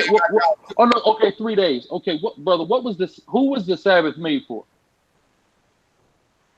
For man. For man, right? So, was man created before or after the moon was created? What does this have to do with after? Okay. After, right? So I'm going to explain what it has to do with it. If we know that in Genesis 1:14 it reads this, right? And the Most High said, "Let there be lights in the firmament of heaven to divide the day from the night, and let there be for signs and for seasons and for days and for years, and let there be for lights in the firmament of heaven, and give light upon the earth." And it was so. And the Most High made 2 great lights, and the greater light to rule the day, and the lesser light to rule the night. He made the stars also. So before we were made, he gave us these things in order for us to tell time. He gave us no other thing to tell time but sun, moon, and stars, right? So we're basing everything that we do off sun, moon, and stars, and that alone, because that's what the Most High gave. Well, no, not necessarily, because we know that he made 2 different lights in Genesis, and the first light that he made, that created the first 3 days, is or, the Hebrew word for or. The Hebrew word for light that they made in Genesis 1:14 is mo'or, which means from light. That light comes from the main light. So no, the first light is what makes the darkness and the light. But that's not my question though. Hold on. That doesn't override what I just read in scripture. Again, what does it say? It said that these lights should be for signs and for seasons and for days and for years. So what did he give us to tell time? The lights that were created on the 4th day, not the light from the first 3. Well, why would we on day 4 when he created it? Wouldn't that be day 1? No, it wouldn't be day 1 because we don't exist yet. We can't take a look at what Elohim is doing, and when Elohim rests, and base that upon us, because the Sabbath that was given for us that we see in Exodus comes in direct association with what? The lunar cycle. And we see in Genesis 1, before we're made, we are given something in the heavens, which is sun, moon, and stars to tell time. We're not given nothing else. You have to show me somewhere in scripture that we use anything else to tell time. That human beings use anything else to tell time outside of sun, moon, and stars. I need to see that. Yeah, that's a good point. Where can you show me any artifacts of some type of Hebrew calendar? Like, for example, if you guys wanted to go to a remote location and you didn't have access to a calendar, let's say you got hit upside the head and kidnapped and woke up and dropped on an island, how would you know the weekly cycle? Once you leave the island, you can just go ask someone. Well, what if you can't leave the island? No. I mean, that's hypothetical and unrealistic. So No, it's not hypothetical or unrealistic. Stranger things have happened, but it still stands because we should still be able to keep the law. If you happen to, in a 1 in a million chance, get stranded on a desert island like Gilligan, I know, or I would hope that, brother, of course, you would still keep Torah. If there was only pigs running around there, I'm sure you wouldn't be eating the pigs. You'd be living off the vegetation and the lawful things that were there. So I would assume you would also be keeping the Sabbath. So how would you do that? Just hypothetically. At the end of the day, we try. Remember, we was here to build, right? We trying to get understanding. We trying to get everybody understanding on each other doctrines. If we explain y'all, we still trying to get y'all to explain y'all as well. So we come on. So we did talk about the Sabbath. We did say we do follow the Sabbath on every day because we feel like it's a 7-day cycle and we keep it repeated regardless. So we was asking now, it's yeah or nay, no matter if it's wrong or right. But now we're asking towards the information that we got. How can y'all go about the day of the starting counting the first moon every month when you literally is going to mess up the cycles of the weekly cycles when it's a cycle of when the 7-day cycle is a cycle within itself. And if we're coming to Shabbat, the Feast of Weeks, coming to Feast of Weeks, and again, you got to count those 49 days to get into the date. How can you get that? You start off the first day. Before we get to that, just so we can understand, I'm going to restate what I already stated. We were given in Genesis 1, sun, moon, and stars to tell time, right? The first Sabbath that we are commanded that Israel to keep is in direct correlation with lunation cycle. This is how we determine to keep it according to the lunation cycle. So I wanted to answer that question for you, right? Now let's deal with the Feast of Weeks. Go ahead, Deacon. Oh, wait, but no. Okay, well, if that's the case, we still have to explain why did he make 3 days if we're not supposed to count them? Bro, Sean, I've answered that question. I answered that question. Help me out understanding. I'm not understanding. Right, brother. Okay, so human beings do not exist yet. So the time during creation is irrelevant unto human beings because the day of the Lord is 1,000 years. Where does so it say whole that? Process in Psalms and in 2 Peter is reiterated. So it says in the New Testament, a day to the Lord is 1,000 years. So in understanding that a day to the Lord is 1,000 years, and when Elohim, hold on, and when Elohim rests, a day to the Lord is 1,000 years is in the book of Psalms. It's in Psalms. Where? Somebody get it for me. All right, I got it. Get it real quick for me. Because if you're talking about the scripture I'm talking about, that don't necessarily say that day is 1,000 years. It don't say that. It's showing you that the Lord, the Most High God, has a concept of time that is beyond us. So the time of His creation is not the same as us. So it's not the same 7 days as we understand 7 days. So that first evening, from that first evening, hold on. It took 1,000 years to get to that evening to make the evening and the morning was the first day. So that was 1,000 years. Yes, and let's read it in the Bible. Psalms 90 and 4. For 1,000 years in thy sight are but as yesterday, when it is past, and as a watch in the night. So it's showing you that the concept of time that we have and the concept of time that the Most High have pales in comparison. So we cannot look at the Creator doing a creation and take that time and encapsulate it with the concept of time that we're familiar with, that is predicated upon the lights in the firmament that He gave us before He even made us, which was on the 4th day. The only reason I'm not understanding that is because it say evening to evening. It's 1 day. So why would He even say that His words during creation if it was 1,000-day period? So he built the whole world. It was just dealing with darkness and light alone. It took him 1,000 years to make dark and light. Dark and light. Do you understand fully what dark and light is? What goes into that, things of that nature? No, what you mean? Do you understand what that is? Do you towards the Hebraic thought? Yes. What is it according to Hebraic thought? And dealing with light, that's light itself. It don't have nothing to do with okay, so what is light? What is light made up of? What you mean? What is it made up of? What is the substance of which light is made up of? But if the Hebrew, what you mean? What it made up of? Because the Hebrew word, you said what's made is light, and is light itself. So my question is, what substance is light made of? What you mean? This is when he created light itself. What you mean? I mean, I know. He made it. I don't know if he you can made it. So what is it made of? God made light. What is light made of? When I don't know if anybody can explain what ore is made from. You know what it's made of? Do you both understand it? Oh, go ahead, sir. No, do you know what it made from? Oh, the you're Hebrew? asking me. No. Here's my whole point. I'm not saying that I know what it's made from, but for us, here's why I'm saying this though, because you said you mean to tell me it took him 1,000 years to make. Hold on. I'm not saying I know what it's made from. I'm saying that this is all a complex thing here. So we shouldn't go, oh, did it take him 1,000 years to make that? I mean, I don't even know what it's made out of. So I don't know what the process is of making it. We didn't bring that up. Y'all brought that up. No, I'm bringing it up because you said that it took, why would it take 1,000 days to make it when we don't even understand what it's made out of or how it's made? So but that's because that's what we speak Hebrew. What we're going off of is the evening to evening. So going based off of the scripture saying from the evening. What are we given? What did the Most High give us to tell time? Again, the sun and the moon. Boom. That's my point. And that's and hold on. And again, it didn't just say month. Did it say days also? Yeah.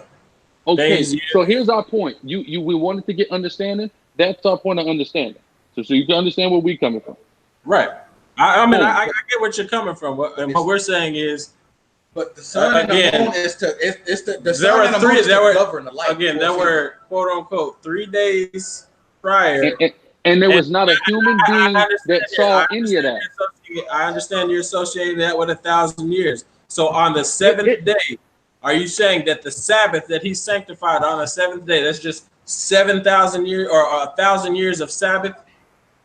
Yeah, because who rested during that time or who took a Shabbat at that time? Did it say that man took a Shabbat then?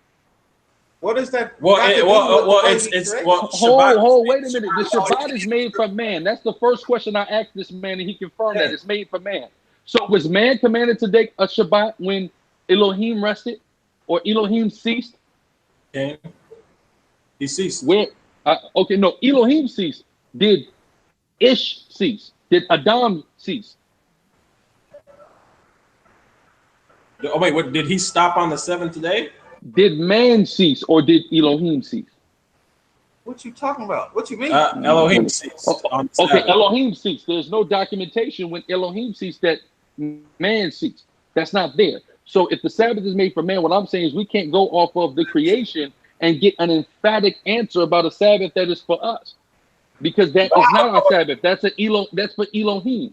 Now our Sabbath is hold on. Our Sabbath so we have every Sabbath. Hold on.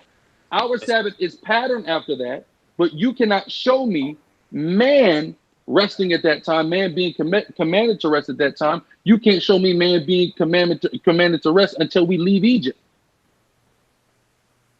That's true, but that's my point. And then when we do leave Egypt and we are commanded to rest, coincidentally, it's in direct accordance with the lunation cycle, 22nd day of the first month. You said we left Egypt on the 22nd day? No. The first time that we're commanded to keep Sabbath is on the 22nd day of the first month. Which is? But it was the second year after we came out.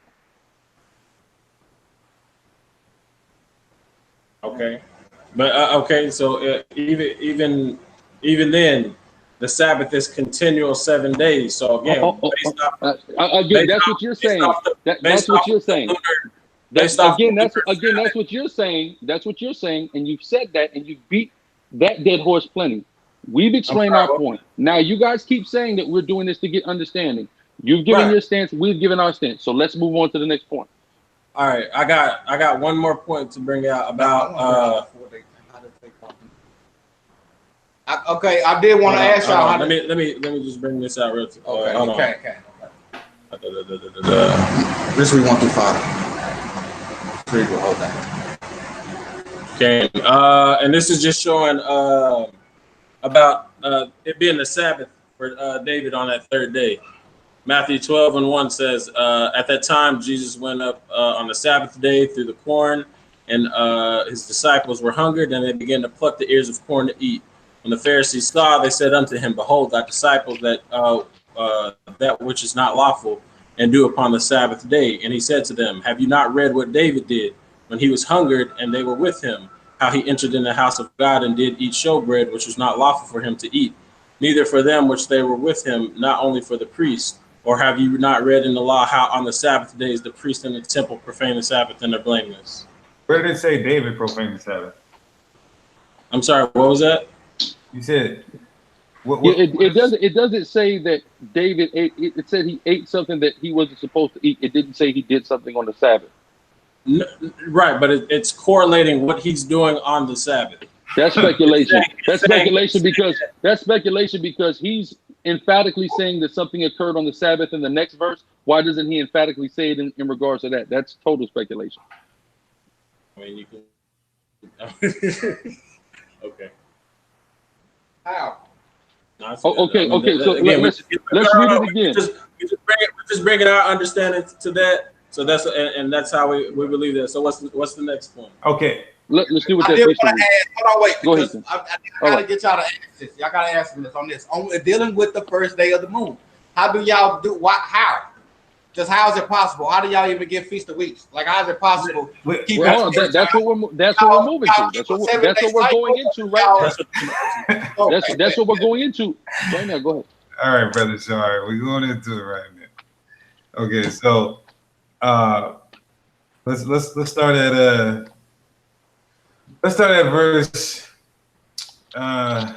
verse 15. Let's just get straight to the point, right? It says, and ye shall count unto you from the morrow after the Sabbath, from the day that you brought the sheave of the wave offering, 7 Sabbaths shall be complete. Right? So how many Sabbaths is that, my brothers? 7 Sabbaths. 7 Sabbaths, right? Mm-hmm. Okay, now let's read verse 16. Even unto the morrow, after the 7th Sabbath. After the 7th Sabbath. After you've numbered 7 Sabbaths, read. Shall ye number 50 days. Then you number 50 days. So notice how it said 7 Sabbaths as if that's not even a set amount of days. And then after 7 Sabbaths, then number 50 days. But we know by definition, Sabbath is a weekly occurring thing. So but hold on. So why didn't it say number 100 days? Why didn't it say number 99 days? Because they're under the impression that they understand that the Sabbath is every 7 days. So that's not needed to be explained. That's more than speculation. So you mean to tell me it said number 50 days and then number so you mean to tell me it said number 50 days, then it said number another 50 days. But one it called 50 days, 7 Sabbaths, and the other one it called 50 days, 50 days. Why did it just say number 14 Sabbaths? I'm sorry, what was that? Number 14 Sabbath. Why doesn't it say number 14 Sabbaths? Why does it say 7 Sabbaths plus 50 days? Why doesn't it just say number 14 Sabbaths? Plus 50 days. Because Hold on. Shar, are you paying attention? We just read where it said, let's read it again. Because it said the tomorrow after the Sabbath, numbered in 7 Sabbaths. Okay, that's 50 days in and of itself. Then there's another 50 days that's added on. Let me read it again. Even unto the morrow after 7 Sabbaths. Right, so you number 7 Sabbaths. The day after that, what do you do? Read. After that, shall wait. If the Sabbath is just only a 7-day cycle, the morrow after 7 Sabbaths would be how many days? 50 days, right? So read it again, Deacon, from the top. Okay. Leviticus 23 and 15. And ye shall count unto you from the morrow after the Sabbath. 50 days according to them. Read. From the day that ye brought the sheave of the wave offering, 7 Sabbaths. Even unto the morrow after the Sabbath, meaning the next day after the 7 Sabbaths, shall ye number 50 days. So that's 50 other days. But why does it say 7 Sabbaths, then a day, and then add 50 more days? If 7 Sabbaths is perfect, it'll be 49 days plus a day. That's 50. Then another 50. Why didn't it say just number 100 days or number the day after 14 Sabbaths? If the Sabbath is a 7-day cycle perfectly. Repeat the question one more time. Okay. We just read how it says the morrow after the 7th Sabbath, right? Which would be how many days according to y'all, brothers? 49. 49. No, the morrow after. So the day after. The morrow after would be the 50th day. 50th day, right? So read that again, Deacon. When it says number 50 days. Go ahead. Okay, it says, even unto the morrow after the Sabbath shall ye number 50 days. See that? Sorry, after the seventh Sabbath. After the seventh Sabbath, number 50 days. So according to y'all, the morrow after the seventh Sabbath equals 50 days. But it says after that, then you number another 50 days. Okay. So wouldn't that lead me to believe that the morrow after the seventh Sabbath isn't 50 days? Why wouldn't it just say number 7 more Sabbaths? I mean, what does that got to do with the new moon and the? I'm trying to get. Hold on. Yeah. Listen. Here's the point. Y'all believe that first fruits is a 50-day count? No. What it is? No, we just had a question. I'm just trying to get the answer to it. Like, hold on. Your question is, brother. And we're answering this question, brother. Right? Let me explain it again. Right? So we just read how it says after 7 Sabbaths, number 50 days. That in and of itself suggests that 7 Sabbaths and the morrow after is not 50 days. Because if it was, why would it say the morrow after the 7th, number 50 days? It would just say number 100 days or number 14 Sabbaths. Okay, so how can you get that? What is your way of getting getting mathematically evenly? My whole point is that if you start from the new moon, you can't keep these days mathematically. Like you can't keep the cycle within the seventh unless you don't explain the second cycle. Explain how in the instance that you brought up how that at all makes any sense. No, but I thought I asked the question. Y'all supposed to be answering. We answered the question. We answered the question. You're not understanding the answer. So I need you to explain to me how we can't keep it. No. We can't keep the Feast of Weeks.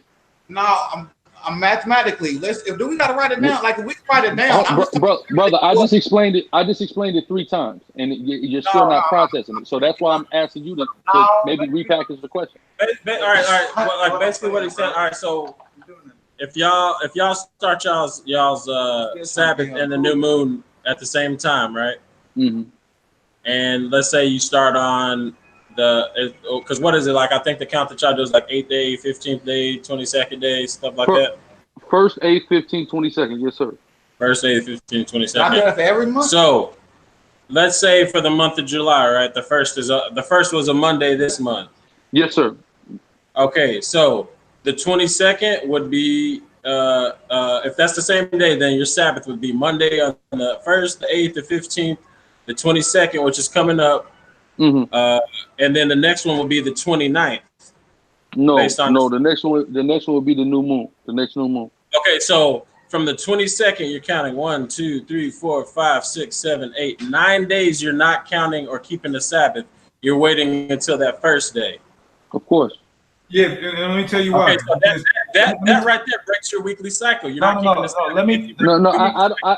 We don't believe in an uninterrupted weekly cycle, and you can't force us into the ideology. You can say it doesn't break the weekly cycle. We don't understand it as a weekly cycle. Yeah. Go ahead, Deacon. We believe that. Let me just explain it to you. We don't believe that the weekly cycle is on its own cycle. We believe that the weeks are confined to the month. That's why we say it doesn't. We just read in Hebrew the word week means 7, so it has to be 7. 7-day cycle. Like you have to be on the 7-day cycle. But we also know. Hold on. But we also read in Genesis. You're not fulfilling the week. Okay. All that sounds good. All that sounds good, right? But we also substantiated in Genesis 1 that we were given that moon to tell time. That's what we were given, right? That's number 1. We know that a month is predicated. Hold on. We know that a month is predicated on 4 weeks. The month is called after the moon. A month has 4 weeks in it. What are the 4 weeks predicated upon? The 4 phases of the moon. So we cannot say that a week is not in any way correlated to the moon when the concept of a week is birthed from a phase of the moon. Yeah. That's illogical. That's illogical to think. We also We also have observed, and we've also substantiated Amos 8 and 5 that read that Israelites were not participating in commerce on the new moon, right? And we see no restrictions in Torah forbidding Israelites from engaging in commerce on the new moon. right? But that- They said we need the new moon to be gone so we can sell again. But the only day in the Hebrew year that we told we can't engage in commerce on are what? Sabbaths, brother. But there's But nothing that's that what says we can't. Hold on. There's nothing that says we can't engage in commerce on a new moon. But it says we can't engage in commerce. Hold on, man. On the Sabbath. So if you guys have no answer for why we're not buying and selling on the Sabbath, which you guys have already conceded that point, right? If there's no restriction in Torah that says we can't buy and sell on the new moon, but we're seeing Israelites not buy and sell on the new moon. These are the things that lead us to these conclusions and not being wrapped in the fixed ideologies that have been superimposed on our brains by Esau. Well, go ahead. No, they clearly skipped 9 days before the Sabbath. So y'all literally No, like basically what they're saying, based on their point, they don't keep Sabbath in a 7-day cycle. We do not believe the Sabbath. We do not believe the Sabbath is fixed. That's what we do not believe. Right. They don't believe in the fixed Sabbath. We believe in the fixed Sabbath. So according to so why so again, but that's just from what they came up with. That's what they're saying that they believe in. So again, from our understanding, because they also go by the seven, that each day was 1,000 years. So they're omitting. They're not saying that Genesis 1 through 1 and 2 are literal days. So what are they doing with these days? Hold on, give me a second. I'm really trying to understand. So these days they skip over. That's why I just numbered like right now. That's why I asked them if you go verse, if you go 1, 8 through, there's 9 days that they're not counting. Meaning, according to us, we're gonna have a Sabbath in there. They're not. They're just gonna 9 days. That I mean, those are just days, and they're waiting until that new moon comes in again. Which we're waiting. Which go ahead. We're waiting to follow what the Most High gave us to tell time. That's what we're waiting on, the sign that the Most High gave us.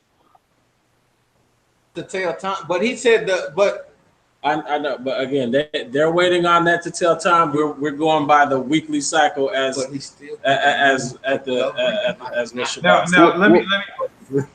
me say this. If we had a Hebrew calendar, which we can't find any artifacts of a Hebrew calendar because our calendar was entirely observational, based on the moon.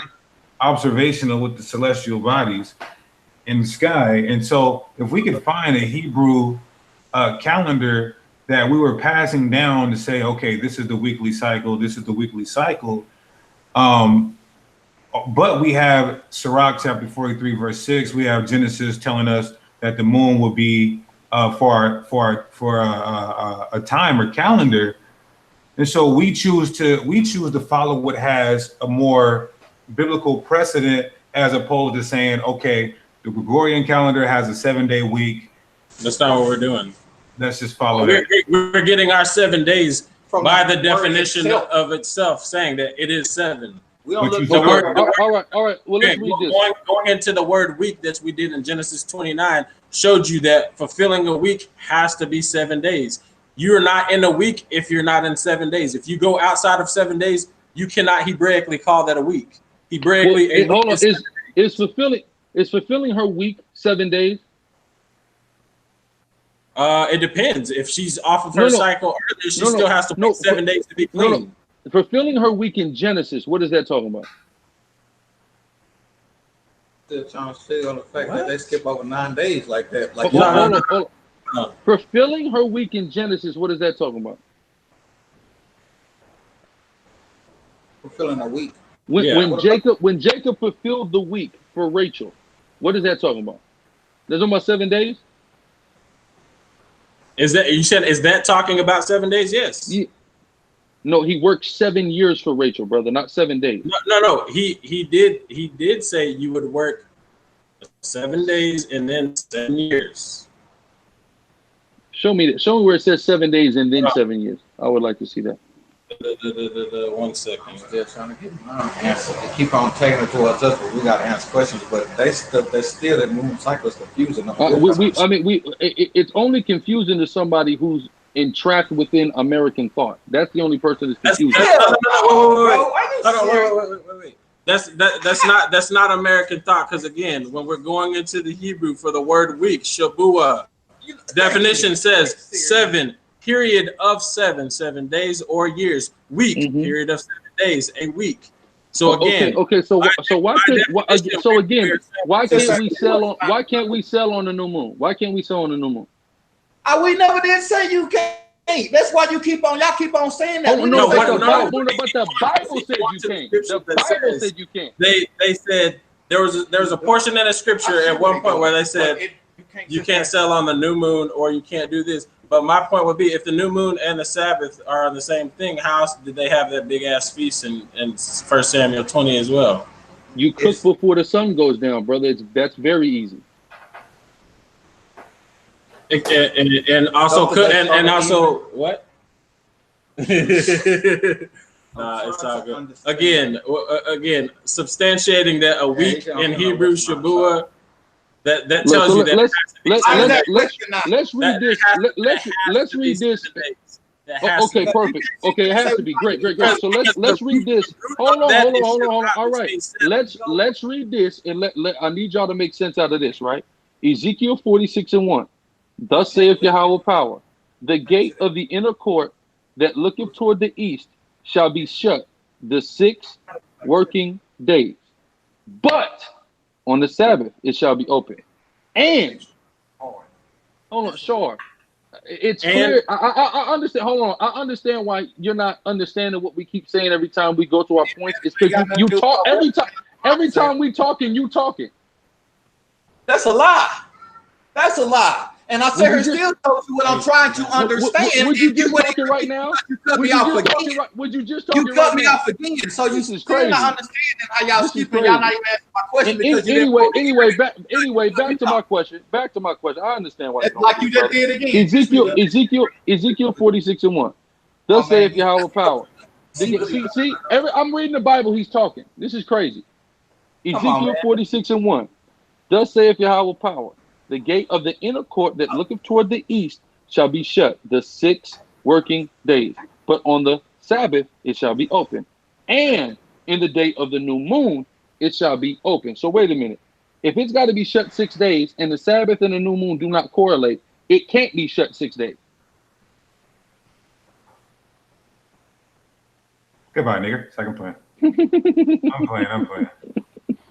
I mean, I need somebody to explain this.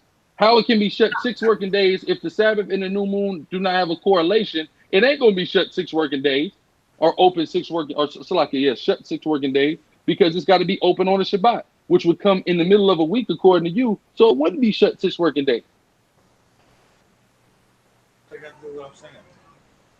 I mean, go ahead, Isaiah, because it's clear. I don't understand. You keep saying that every time, and I believe it's pretty clear. I don't know what I hope it's clear to everyone else. I don't understand why it's not clear to you.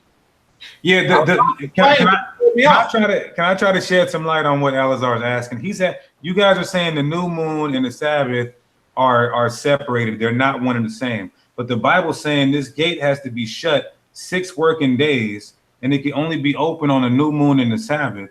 Therefore, they have to fall on the same day. Does that make sense? Or else it can't be shut 6 working days. So again, my point would be that if it's closed 6 working days, once we get to July 1st, if we're going by today, if we were in the land today, Monday was your Sabbath, 8th day was your Sabbath, the 15th day was your Sabbath, the 22nd was your Sabbath. Your gate is shut way longer than 6 days.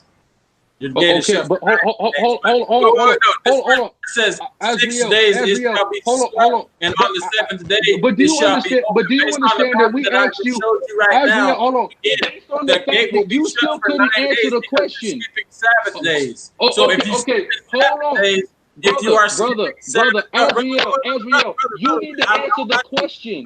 You need to answer the question. We asked you a question and you can't answer it, so you've redirected the question. No, answer the question that was asked you first. Answer the question that was asked you first. Answer the question that was asked you first. Don't jump. You were asked how if the Sabbath and the new moon are not correlated with each other, how is the gate shut 6 working days? That's what was asked you according to your understanding. Then you can ask whatever question you want. But first, answer it according to your understanding. How the gate can be shut for 6 days and on the Sabbath it open. And on the new moon, not just the Sabbath, on the Sabbath and the new moon. If the Because if the new moon is on, hold on. If the new moon is Monday and the Sabbath is Friday, that's what 1, 2, 2 days, 3 days. What So is that's not 6 days. what is the only thing we've ever been told to keep 6 days and do something different on the seventh day? Hold on, brother. That's not answering my question, King. Can you please answer the question that I've asked you? I would love it. So if no, you're not. Days, no, you're not. No, you're not. I mean, if do you want me to talk? Just answer. I want you to answer the question. I want you to just talk. I want you to answer the question, please. So explain to me how it was open on Friday and Monday. The 7th day is going to be the Shabbat. So we're going to open the gate on the Shabbat. And then it also says, and separation in the day of the new moon. The and doesn't mean that they're the same day. And it means on the 6th day, you're going to open it up on the Shabbat. And you're going to open it up on the new moon. It didn't say that's not my point. Azriel, that's not my point. That's not my point. That's not my point. That's not my point. Do not create a straw man to attack. Azriel, you're creating a straw man. Yes, you are. You are creating a straw man. The point is not the point. Hold on, brother. No, you're not understanding the point. The point is 6 days it's got to be shut. But if the new moon is Monday and the Sabbath is Friday, it wasn't shut 6 days. That's what I need you to explain. During the new moon and the Sabbath the same. What I'm saying is no, it's not.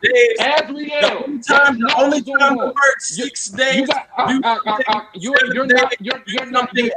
You're taking the straw man and you're beating up a straw man right now. You're not dealing with what I'm asking you. Yes, I am. What I'm asking you. No, you're not. No, you are not. I'm dealing with the gate being open. I'm dealing with the gate. The issue is 6 days. Brother. 6 days, Azriel. 6 days.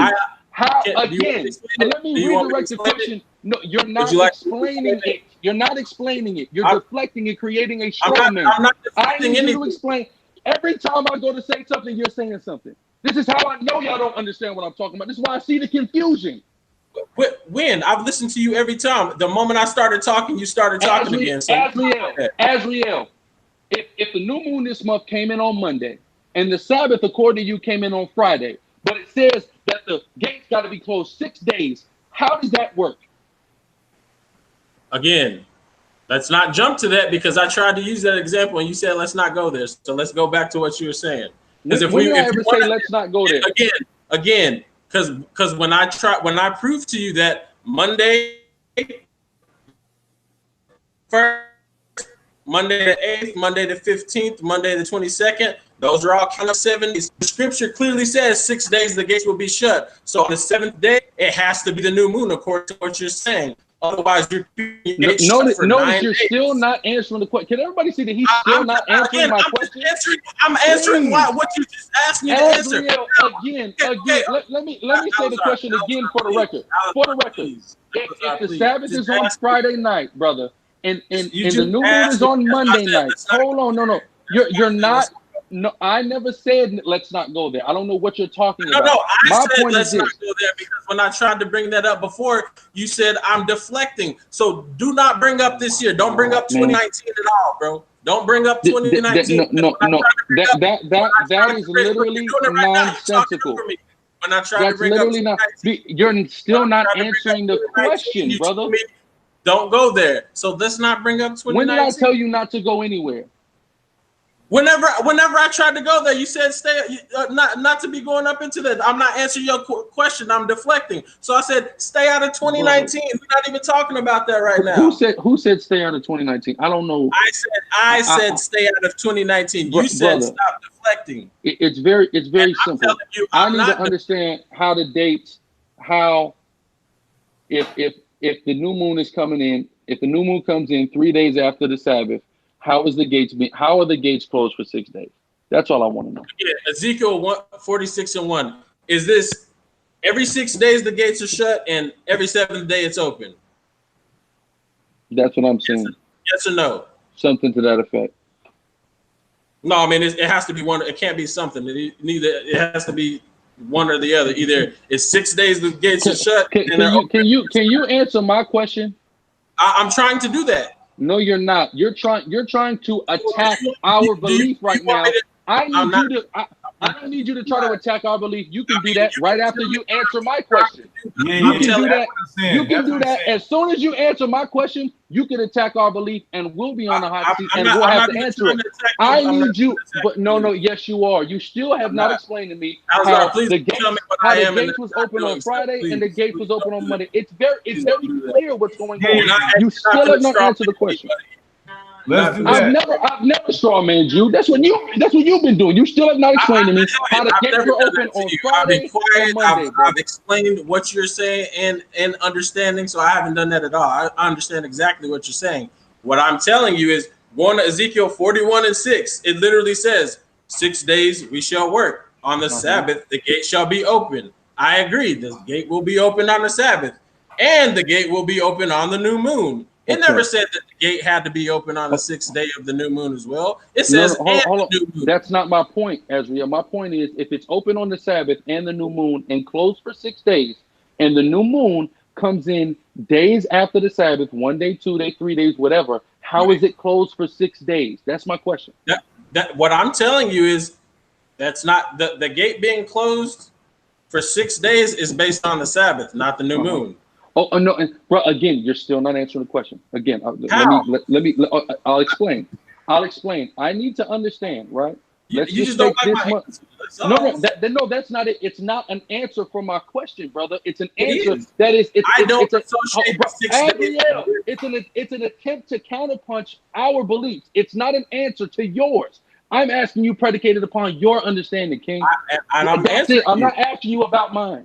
Right? I understand me about mine. So here's the thing, right? That. If according to you, the Shabbat is Friday, right? And the new moon came in this month on Monday, right? And if we had this temple set up, right now, hypothetically, right?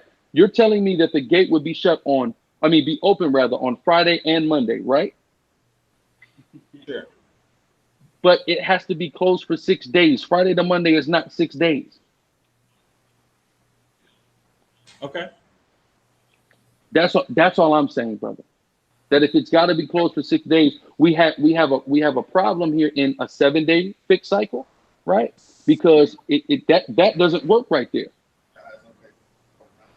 Again, we also have a problem but again, that's based on your understanding. On our understanding, the Sabbath is a weekly thing. It's never broken cycle. I know, and there's a problem there if new moon is on Monday and it's got to be open on that day. But it's also a problem that if your new moon skips 9 days, you're not keeping 7 days. Where it says 6 days you shall work, the 7th you shall keep Shabbat. So you're saying that forget that portion. We're just going to wait for that 9th, whatever the 9th, 10th day when the new moon comes in. So you're completely omitting 6 days of work, 7 of rest. You're saying 9 days of work or 5 days of work, 3 days of rest, but you're not.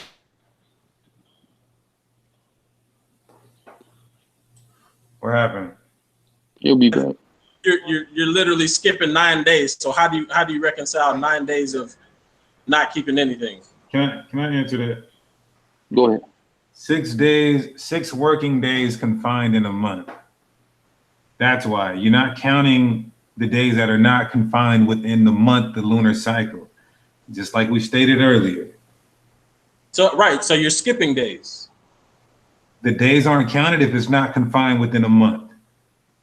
But the Most High counted all 7 days. 6 working days of the month.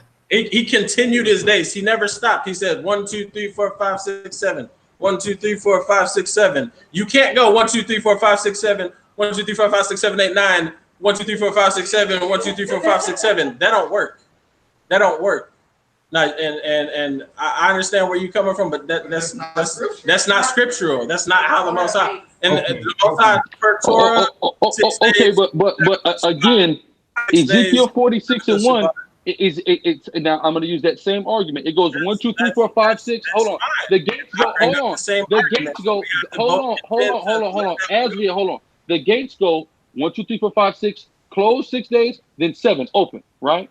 But if the new moon is Monday, it goes 1, 2, 3 open. Then 1, 2, 3 open again. See that? So wait. I want him to answer. Go ahead, Deacon. I want to you in the land right now. It would go if today was the 22nd. It would go 1, 2, 3, 4, 5, 6. open on Monday. 1, 2, whoops, the new moon's on Thursday. You finna open it on the 1st? Azrael. No. Answer that question, please. Because the 29th. No, brother. But the first is your new Listen, moon. no, brother, because the 29th is not a Shabbat. That's very simple. So here's the fact. Right, Hold on. not keeping You're 7 missing the days. point, though, Ezra. The point is there's a Okay. the point is there's a hole in what you believe, right?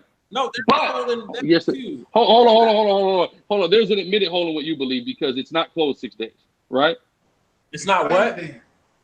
Ah, man. Azrael, Listen. you're saying is there's a chance that the gate won't be closed for 6 working days. Are you? I mean, that would happen the same in your logic as well. We're not saying it wouldn't. We're not saying it wouldn't. So Right. if we're both saying that it would, we're hold on. But here's the point: you believe something is fixed. We don't. right, because the scriptures say that based on the language itself, it sticks. Now we can Oh agree my to God. disagree on that, but regardless, in the Hebrew, 7 means 7. 7 don't mean 8. 7 is not Shemuna. Hey, listen. You're right. And so why is the gate open 2 times in 1 week if it's only supposed to be open once in a 7-day cycle? Again, going by your logic, you're keeping the gate shut 9 days. No, I want to first. I'm not asking you about my logic. I'm asking you about your logic. Again, I'm keeping my logic as in every 7 days, I'm keeping the Sabbath. What you're saying is you're only keeping the Sabbath. Brother. Again, you keep dodging over the point that I'm not according to dodging your anything. understanding, There's in not a 7-day cycle, in a 7-day cycle, the gate will be open twice when Can the you Bible show said it me a should be 9 open day? once. Can you show me a 9 day Oh a 9 my day God, cycle? man. Azrael, can we get a yes or no? Can you be a stand? Can you show? Hold on. Can I show you another? Can you show me Friday in the Bible? Can I show you what? Friday in the Bible. No, I can do. I can show you day 6. Can you show me? Hold on. Can you show me Friday? Hold on. Can you show me Friday in history? I can show you day 6. Hold on. Can you show me Friday in history? I can show you day 6 and us resting on day 7. Hold on, brother. That's not what I asked you. Show you is That's 9 not what days. I asked you. That's not what I asked you. I asked Okay. you, can you I show me understand what Friday in history? I can show you the 6th day. Brother, I asked you, can you show me Friday in history? Yes or I mean, no? why are you asking a question like that? You know why? Hold on. You know why? Because You you already told know me the that your Sabbath is Friday. So can you show me Well, my Friday in Sabbath history? is day 6 to day 7. I don't No. care. Hold on. Everybody in the chat who's been watching from the beginning, they said their Sabbath is Friday night to Saturday night. That's what they said. That's based on the understanding that we obviously have that Friday. Okay, I know. So don't play games and man. mince Let's not play words. semantics, Alazar. I'm not playing semantics. I'm holding you to your word. Supposed to be a man of your word. Okay, but you understand that I mean Friday is day 6. Okay, I don't mean Friday is Friday. I mean Friday is day 6. So Friday is day 6, but you know that according to 60 AD, Friday that you know it today was Tuesday. Was Tuesday day 6 in 60 AD? No. What does that have to do with it? So your whole doctrine just came collapsing upon its own self. What? Azrael, are you saying that Friday is today is the same day 6 from the biblical narrative? I'm not saying that 100%. Okay, well, so you're going with your best guess. What I'm going by is, unless you can calculate the time we left out of Exodus precisely, no one has the exact Sabbath. So then what is we arguing about? What is we arguing about, brother? We're arguing that you need to keep a weekly cycle, not a lunar Sabbath, because a weekly Sabbath has to come every 7 days. If you're doing anything outside of 7 days, according to our beliefs, you're not keeping Sabbath. You're keeping something else. I understand why. I understand why you say that, but I'm gonna say this: the Bible says, "Cursed is man that trusteth in man." Right? I'm not trusting. I don't trust. Hold on. I'm not telling you you are. I'm telling you our logic. The Bible says, "Cursed is man that trusteth in man." Right? God, the Most High, Yahweh, He gave me sun, moon, and stars to tell time, and that's the only thing that I'm going to tell time by, not off of anything man can give me. I understand that. And I feel like that's the more logic thing to do. I don't condemn brothers for keeping Friday to Saturday. I don't condemn if a brother keep Wednesday, I don't condemn him. Right? Right. But the reason why we do what we do is predicated upon that, King. That's it. Right. And the reason why we do what we do is predicated upon our understanding of what the Hebrew means in these words and the cycle of 7. Okay, my last, I got one last question. Do you guys subscribe to ancient Hebrew historians who lived in Israel before exile in 70 AD?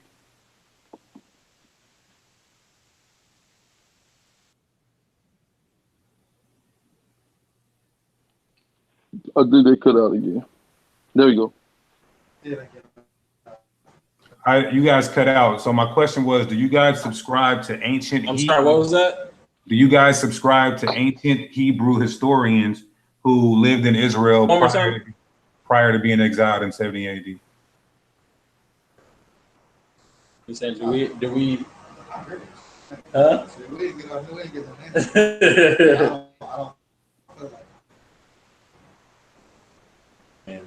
Do we subscribe to ancient historians who weren't exiled? Who lived in Israel before the exile.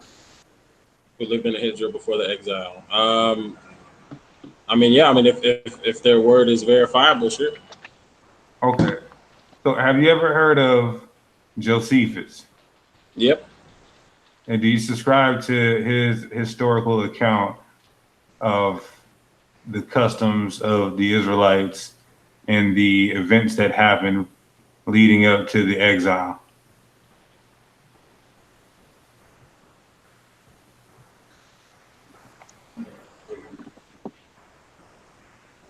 What do you say? You cut out a little bit. Repeat that. Do you subscribe to the works and the accounts of Josephus? Not all of them. I wouldn't say all of them. Okay. Which ones wouldn't you subscribe to, and why? I mean, we would have to go through it and kind of go point for point. But go ahead with what are you saying about that though? Well, I'm just gonna go through why it's okay for them to not keep the 7 days. No, I mean that's just because that's what they do. Like they keep it in that. So I mean, it's just. And how is it okay to skip okay. Let me. We don't believe it's fixed. We answered that already, Charles. We've answered that already, Charles. We don't believe it's fixed, brother. It's that simple. All right. So they don't believe fixed. We believe in fixed. That's. So this is the account. This is the account. I just want to read, you know, for you brothers and also for the watching audience. You know, we lost our nationality. We lost our customs. I know me and Alizar has probably been in it for about 10. I'm going on 10. We're 11 next month, sorry.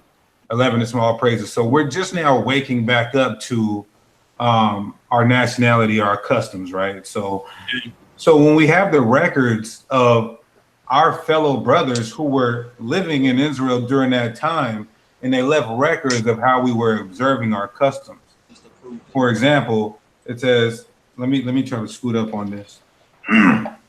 It says, the historian Josephus records Sabbaths that can be pinpointed, and they are on the 8th, 15th, 22nd, and 29th, and the new moon was not counted as one of the 6 work days. Josephus, which means if it wasn't counted as a work day, then what? It would corroborate Amos 8 and 5, where you had to treat it like a Sabbath, right? So that can be found in the history of the Josephus. Then we go to Philo. Philo would have been before, it says 20 BC to 50 BC, right? Philo of Alexandria, prominent radical Jew, Torah-based, right? And he substantiates, it says he kept the lunar Sabbath. This can be found in his Decalogue, right? And then also Clement of Alexandria. So we could go through so many accounts of our ancient historians who were living in that time, who left these ancient writings of us keeping the lunar Sabbath. And not only that, they talk about how we kept the new moon. We knew that the new moon was the beginning of the month was according to the new moon. So when we have these accounts and these supporting what we call primary sources, how can we ignore these primary sources? Well, what is that? I mean, I would say this by if those primary sources are conflicting scriptures, I would need the scriptures that are clearly pointing that out. Because again, we know the Most High said 6 days you shall work, the seventh is Sabbath. That is a continual thing. If so you believe there's a possibility that they could have been in the land keeping the wrong customs and the wrong Sabbaths? I mean, did we not sin in the land before? No, it's just a question. Is that would right. be? I mean, yeah. I mean, I understand you, but we have sinned in the land before. Okay. Well, again, what I'm saying is, according to the Most High, He says 6 days you work, 7 days you rest. If I'm breaking anything outside of that, according to my knowledge, according to what I'm reading in Torah, that's breaking Sabbath. okay. Well, Before y'all still got to do us a favor on scripturally, show us about the lunar moon and how it's okay to only start the day with the first new moon and then skip over 9 days like they never did happen. We got to see that scripture, because we see at the end of the day, 7 is it's a cycle of its own. So what in scripture does it say that we could change it if Yah said He changed not? Who changed this cycle of 7 to where it's 3, 4, anything based on the new moon period? We want to see scriptures of that. You're saying you're alleging it's a cycle of its own. That's what you're saying, right? We do not believe it is a cycle of its own. Hold on. We believe that how we tell time, how we tell days, is with the instruments that He gave us, right? Which is sun, moon, stars. What changes every day? The moon. So how do we tell days? By the moon. How do we tell weeks? By the moon. How do we tell months? By the moon. So we think it is ludicrous to think that our cycles of weeks, days, and months are determined by anything outside of that, even though we agree that we don't believe there's a 7-day cycle outside of what we have with the moon. We don't believe that. I don't see it precedented. So the sun don't control our daily cycles? No, the sun rules over hours. It doesn't rule over days. So how many hours make a day? 12. And as far as daytime, 12. Fortuit upon the sun. do you guys believe the Sabbath is a feast? Is a what? A feast. No.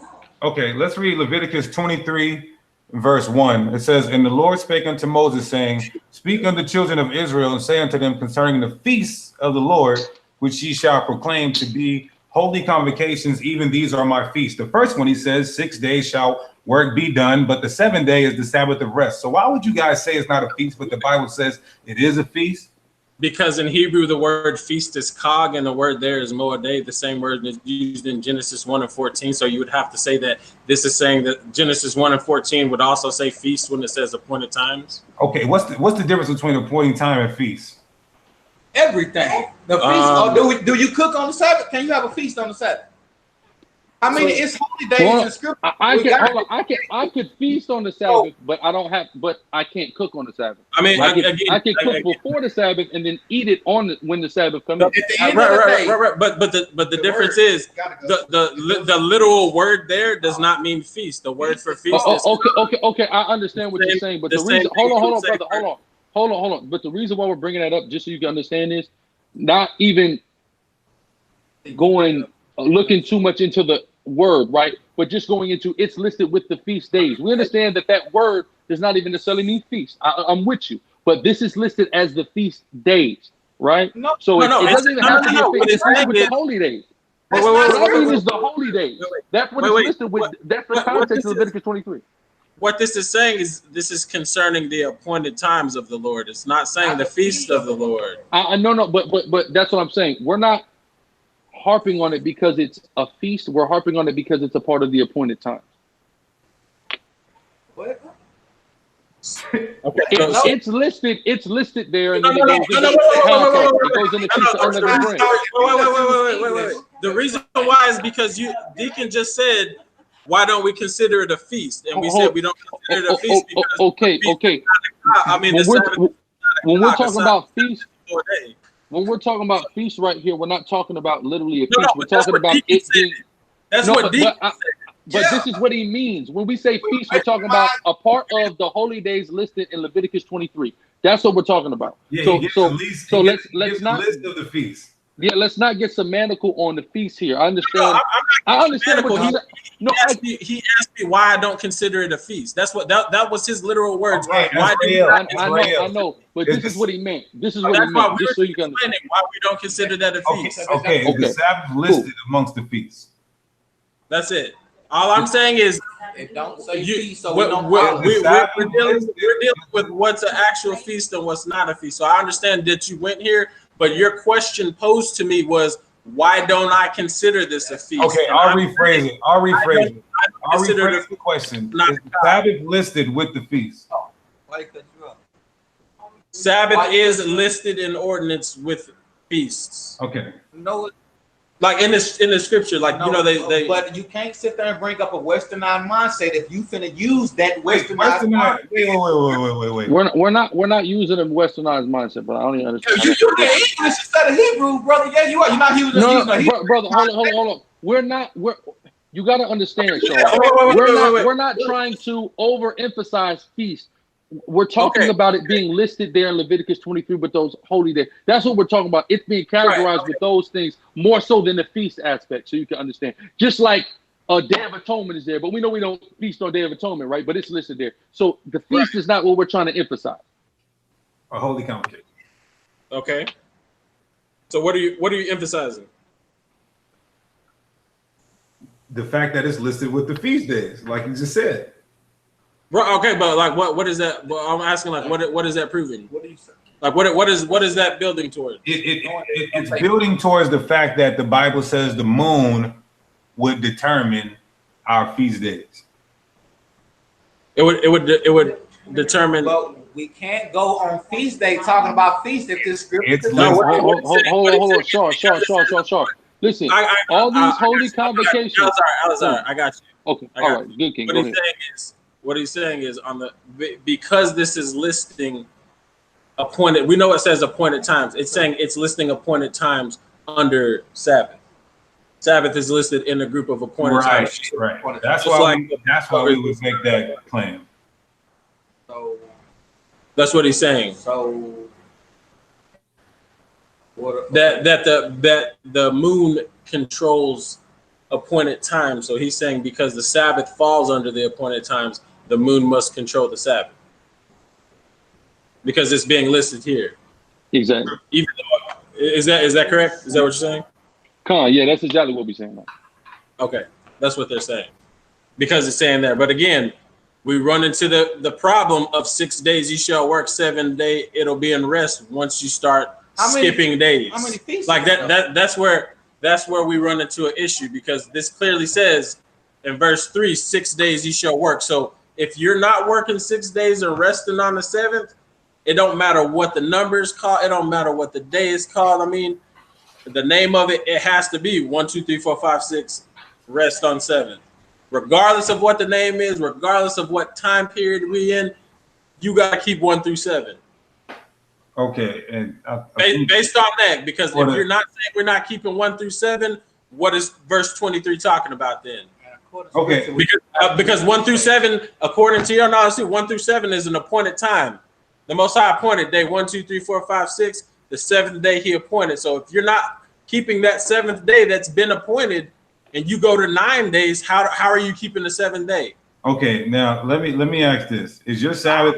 You stated something earlier. I just want to get this clear. Is the Sabbath you keep 100% accurate? What is yeah.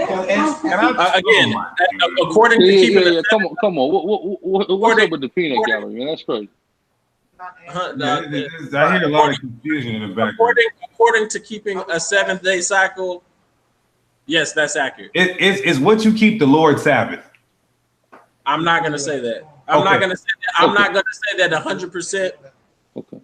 That is, and I would say that vice versa. Neither could you. Well, Because of the fact that you're not keeping 6 days and the 7th year. But if you go past that, then you're not keeping it according to the scriptures. You can say you keep okay. So how am I supposed to seven day? Like how am I supposed to keep a 7-day cycle if I don't know when it starts? Good point. Good point.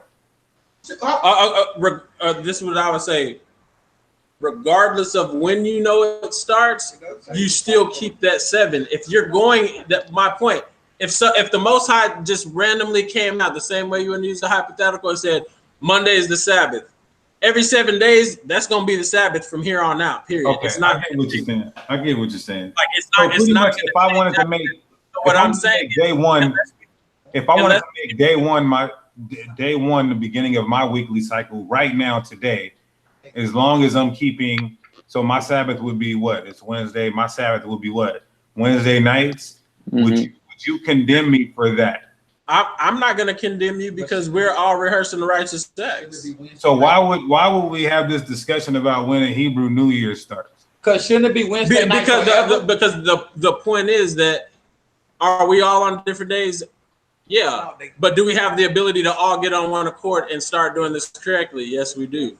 So going according to the scriptures, we know 6 days you got to work, 7 days you got to do that. So it would be very important for us as Israelites here to figure out which is the closest to keeping 7 days correct, or 6 days and then the 7th day correct. If again, going by the lunar calendar, at some point I'm not keeping 7 days. At some point I'm waiting 9 days, meaning I'm profaning the Sabbath. Okay. Like that's what I would like y'all to explain is where is it okay to skip 9 days and not do anything? Like I would need a scripture to show it's okay for us to go 9 days, even though this says 6 days work shall be done. The 7th day, you're saying that again, according to this month that we're in right now, there's going to be 9 days where y'all don't have a Sabbath. Well, actually 8 and not 9. But okay, like we've already explained. Okay. The moon entirely rules over a day, a week, and a month. So okay, so the moon is what rules. Observation of the moon is how we understand everything. Is how we understood every single feast. Okay. In our thing. For example, we know the month. We know that all these days that are called Sabbaths in the Bible are in correlation with 1st, 8th, 15th, and 22nd. Every single time in the whole feast day that says this shall be a Sabbath and no, you shall do no work is on the 1st, 8th, 15th, and 22nd. That's what the entire Leviticus 23 is about. Keeping the Sabbath on the 1st, 8th, 15th, and 22nd. Those days, those correlating days are the only time where the Most High tells us not to work.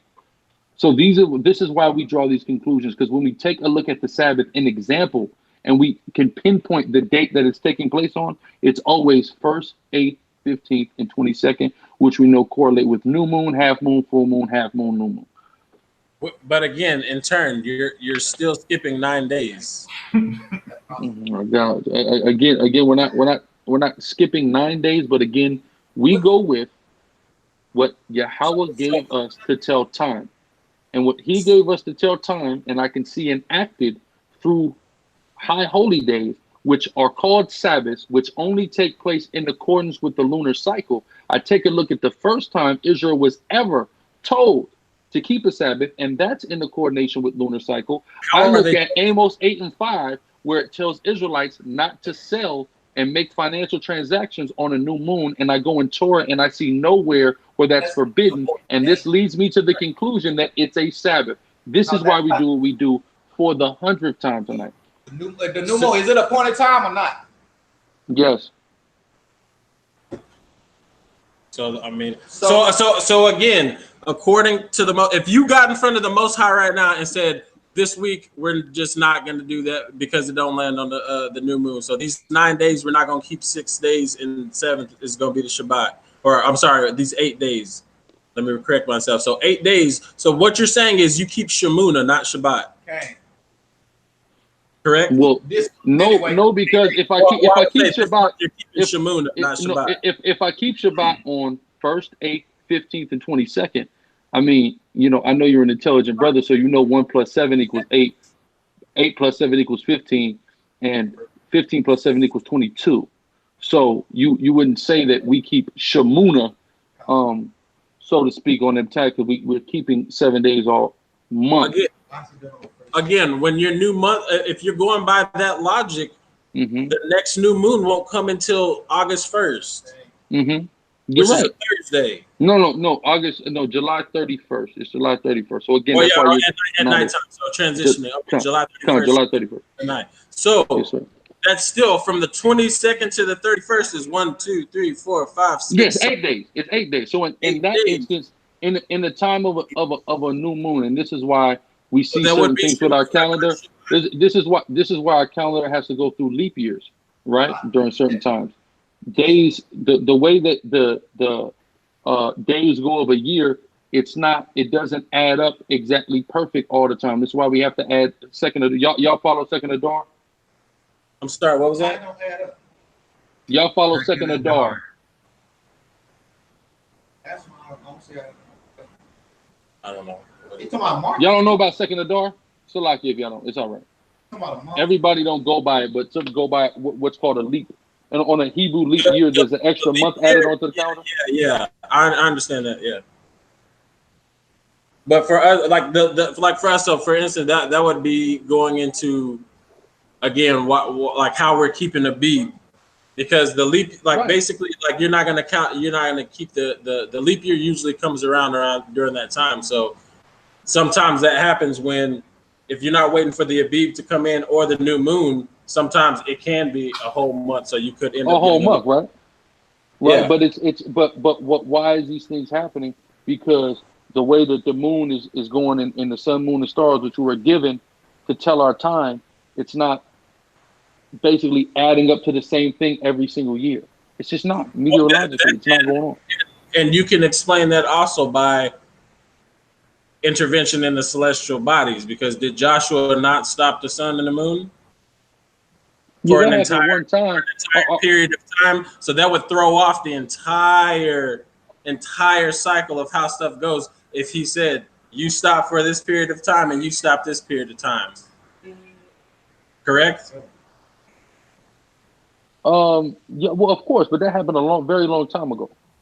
But we don't see any correction from that point. No, it's fine. We don't see any correction in time from the moment he stopped the sun and the moon. We don't see the Most High ever speed that back up to catch up. No. Continues. Salakia, I believe that's Isaiah 8. Am I tripping? Now that you say that, I believe in Isaiah 8. I said, you know what I'm talking about? In Isaiah 8, when Isaiah's dealing with Ahaz, and Ahaz said, I wouldn't ask the Most High for a sign, and he pushed the sun back. Remember? Hold on, real quick, Salakia. I didn't even, but just with you saying that, this kind of brought that light bulb. So I know what you're talking about too. I'm gonna go there too. See if I can find it. Yeah, I think that's Isaiah 8.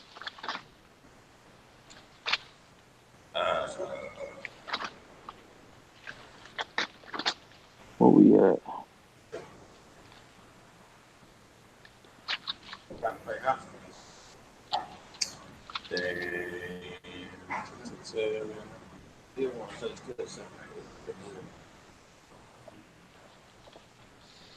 Yeah, you can go there too. Right after the virgin, right after about the kid. Right? I think it's right here. Starts at 11.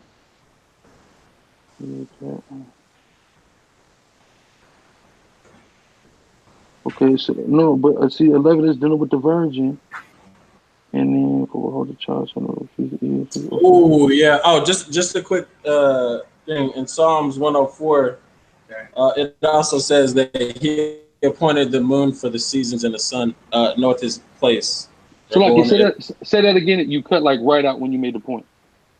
I was just saying this in Psalms 104. It says he appointed the moon for seasons and the signs knoweth his going down. And when you go into the Hebrew again, it's saying that it's saying it for the appointed times there too, the Moedah.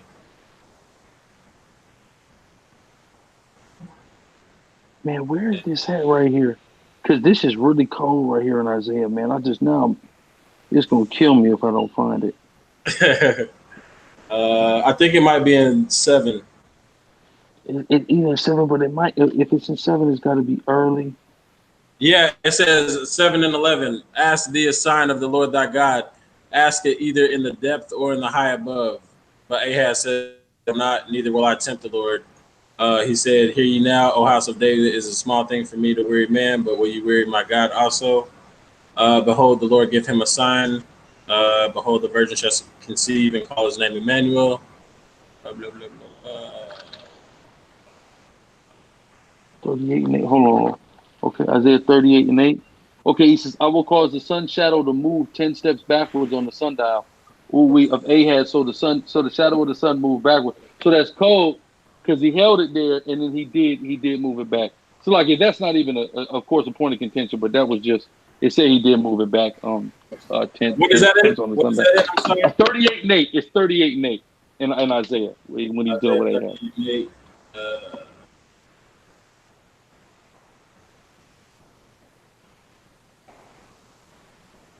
in the shadow of the breeze, it was gone down.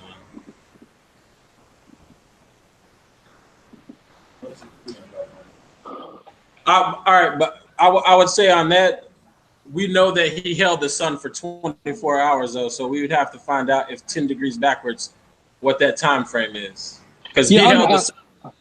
I know you're saying it's not a point of contention. I'm just saying, like, just something to look into, though. Come on. Yeah, that's something interesting that a lot of brothers, man, probably didn't even know about. You know what I'm saying? That's just something you really kind of stumble upon. You know what I'm saying? 9 times out of 10. So yeah, that's something for Akim to definitely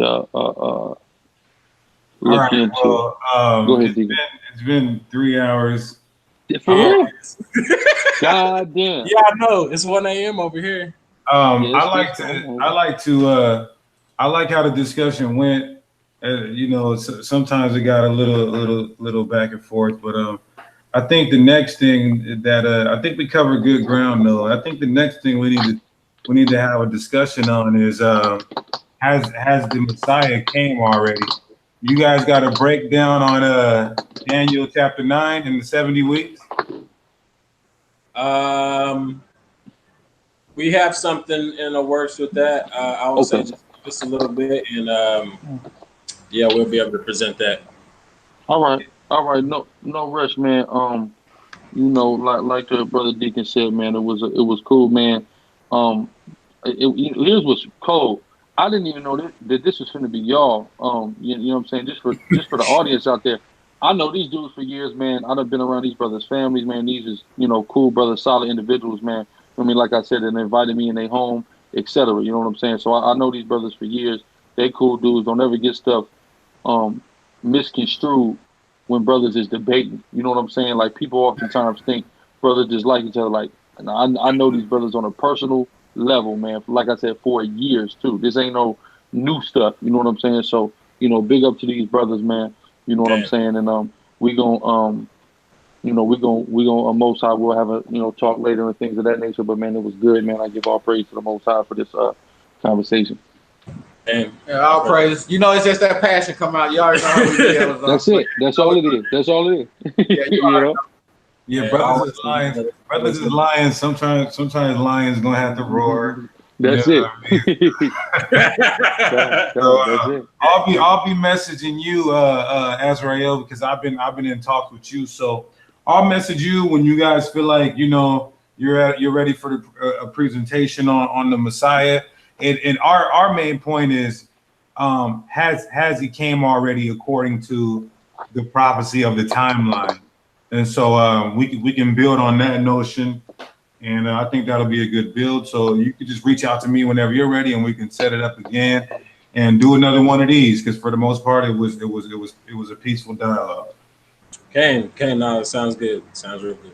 All right. Well, we're gonna sign out. Shalom to the chat. Shalom to the brothers. We'll see you next week, Lord willing. And shalom. All right, shalom.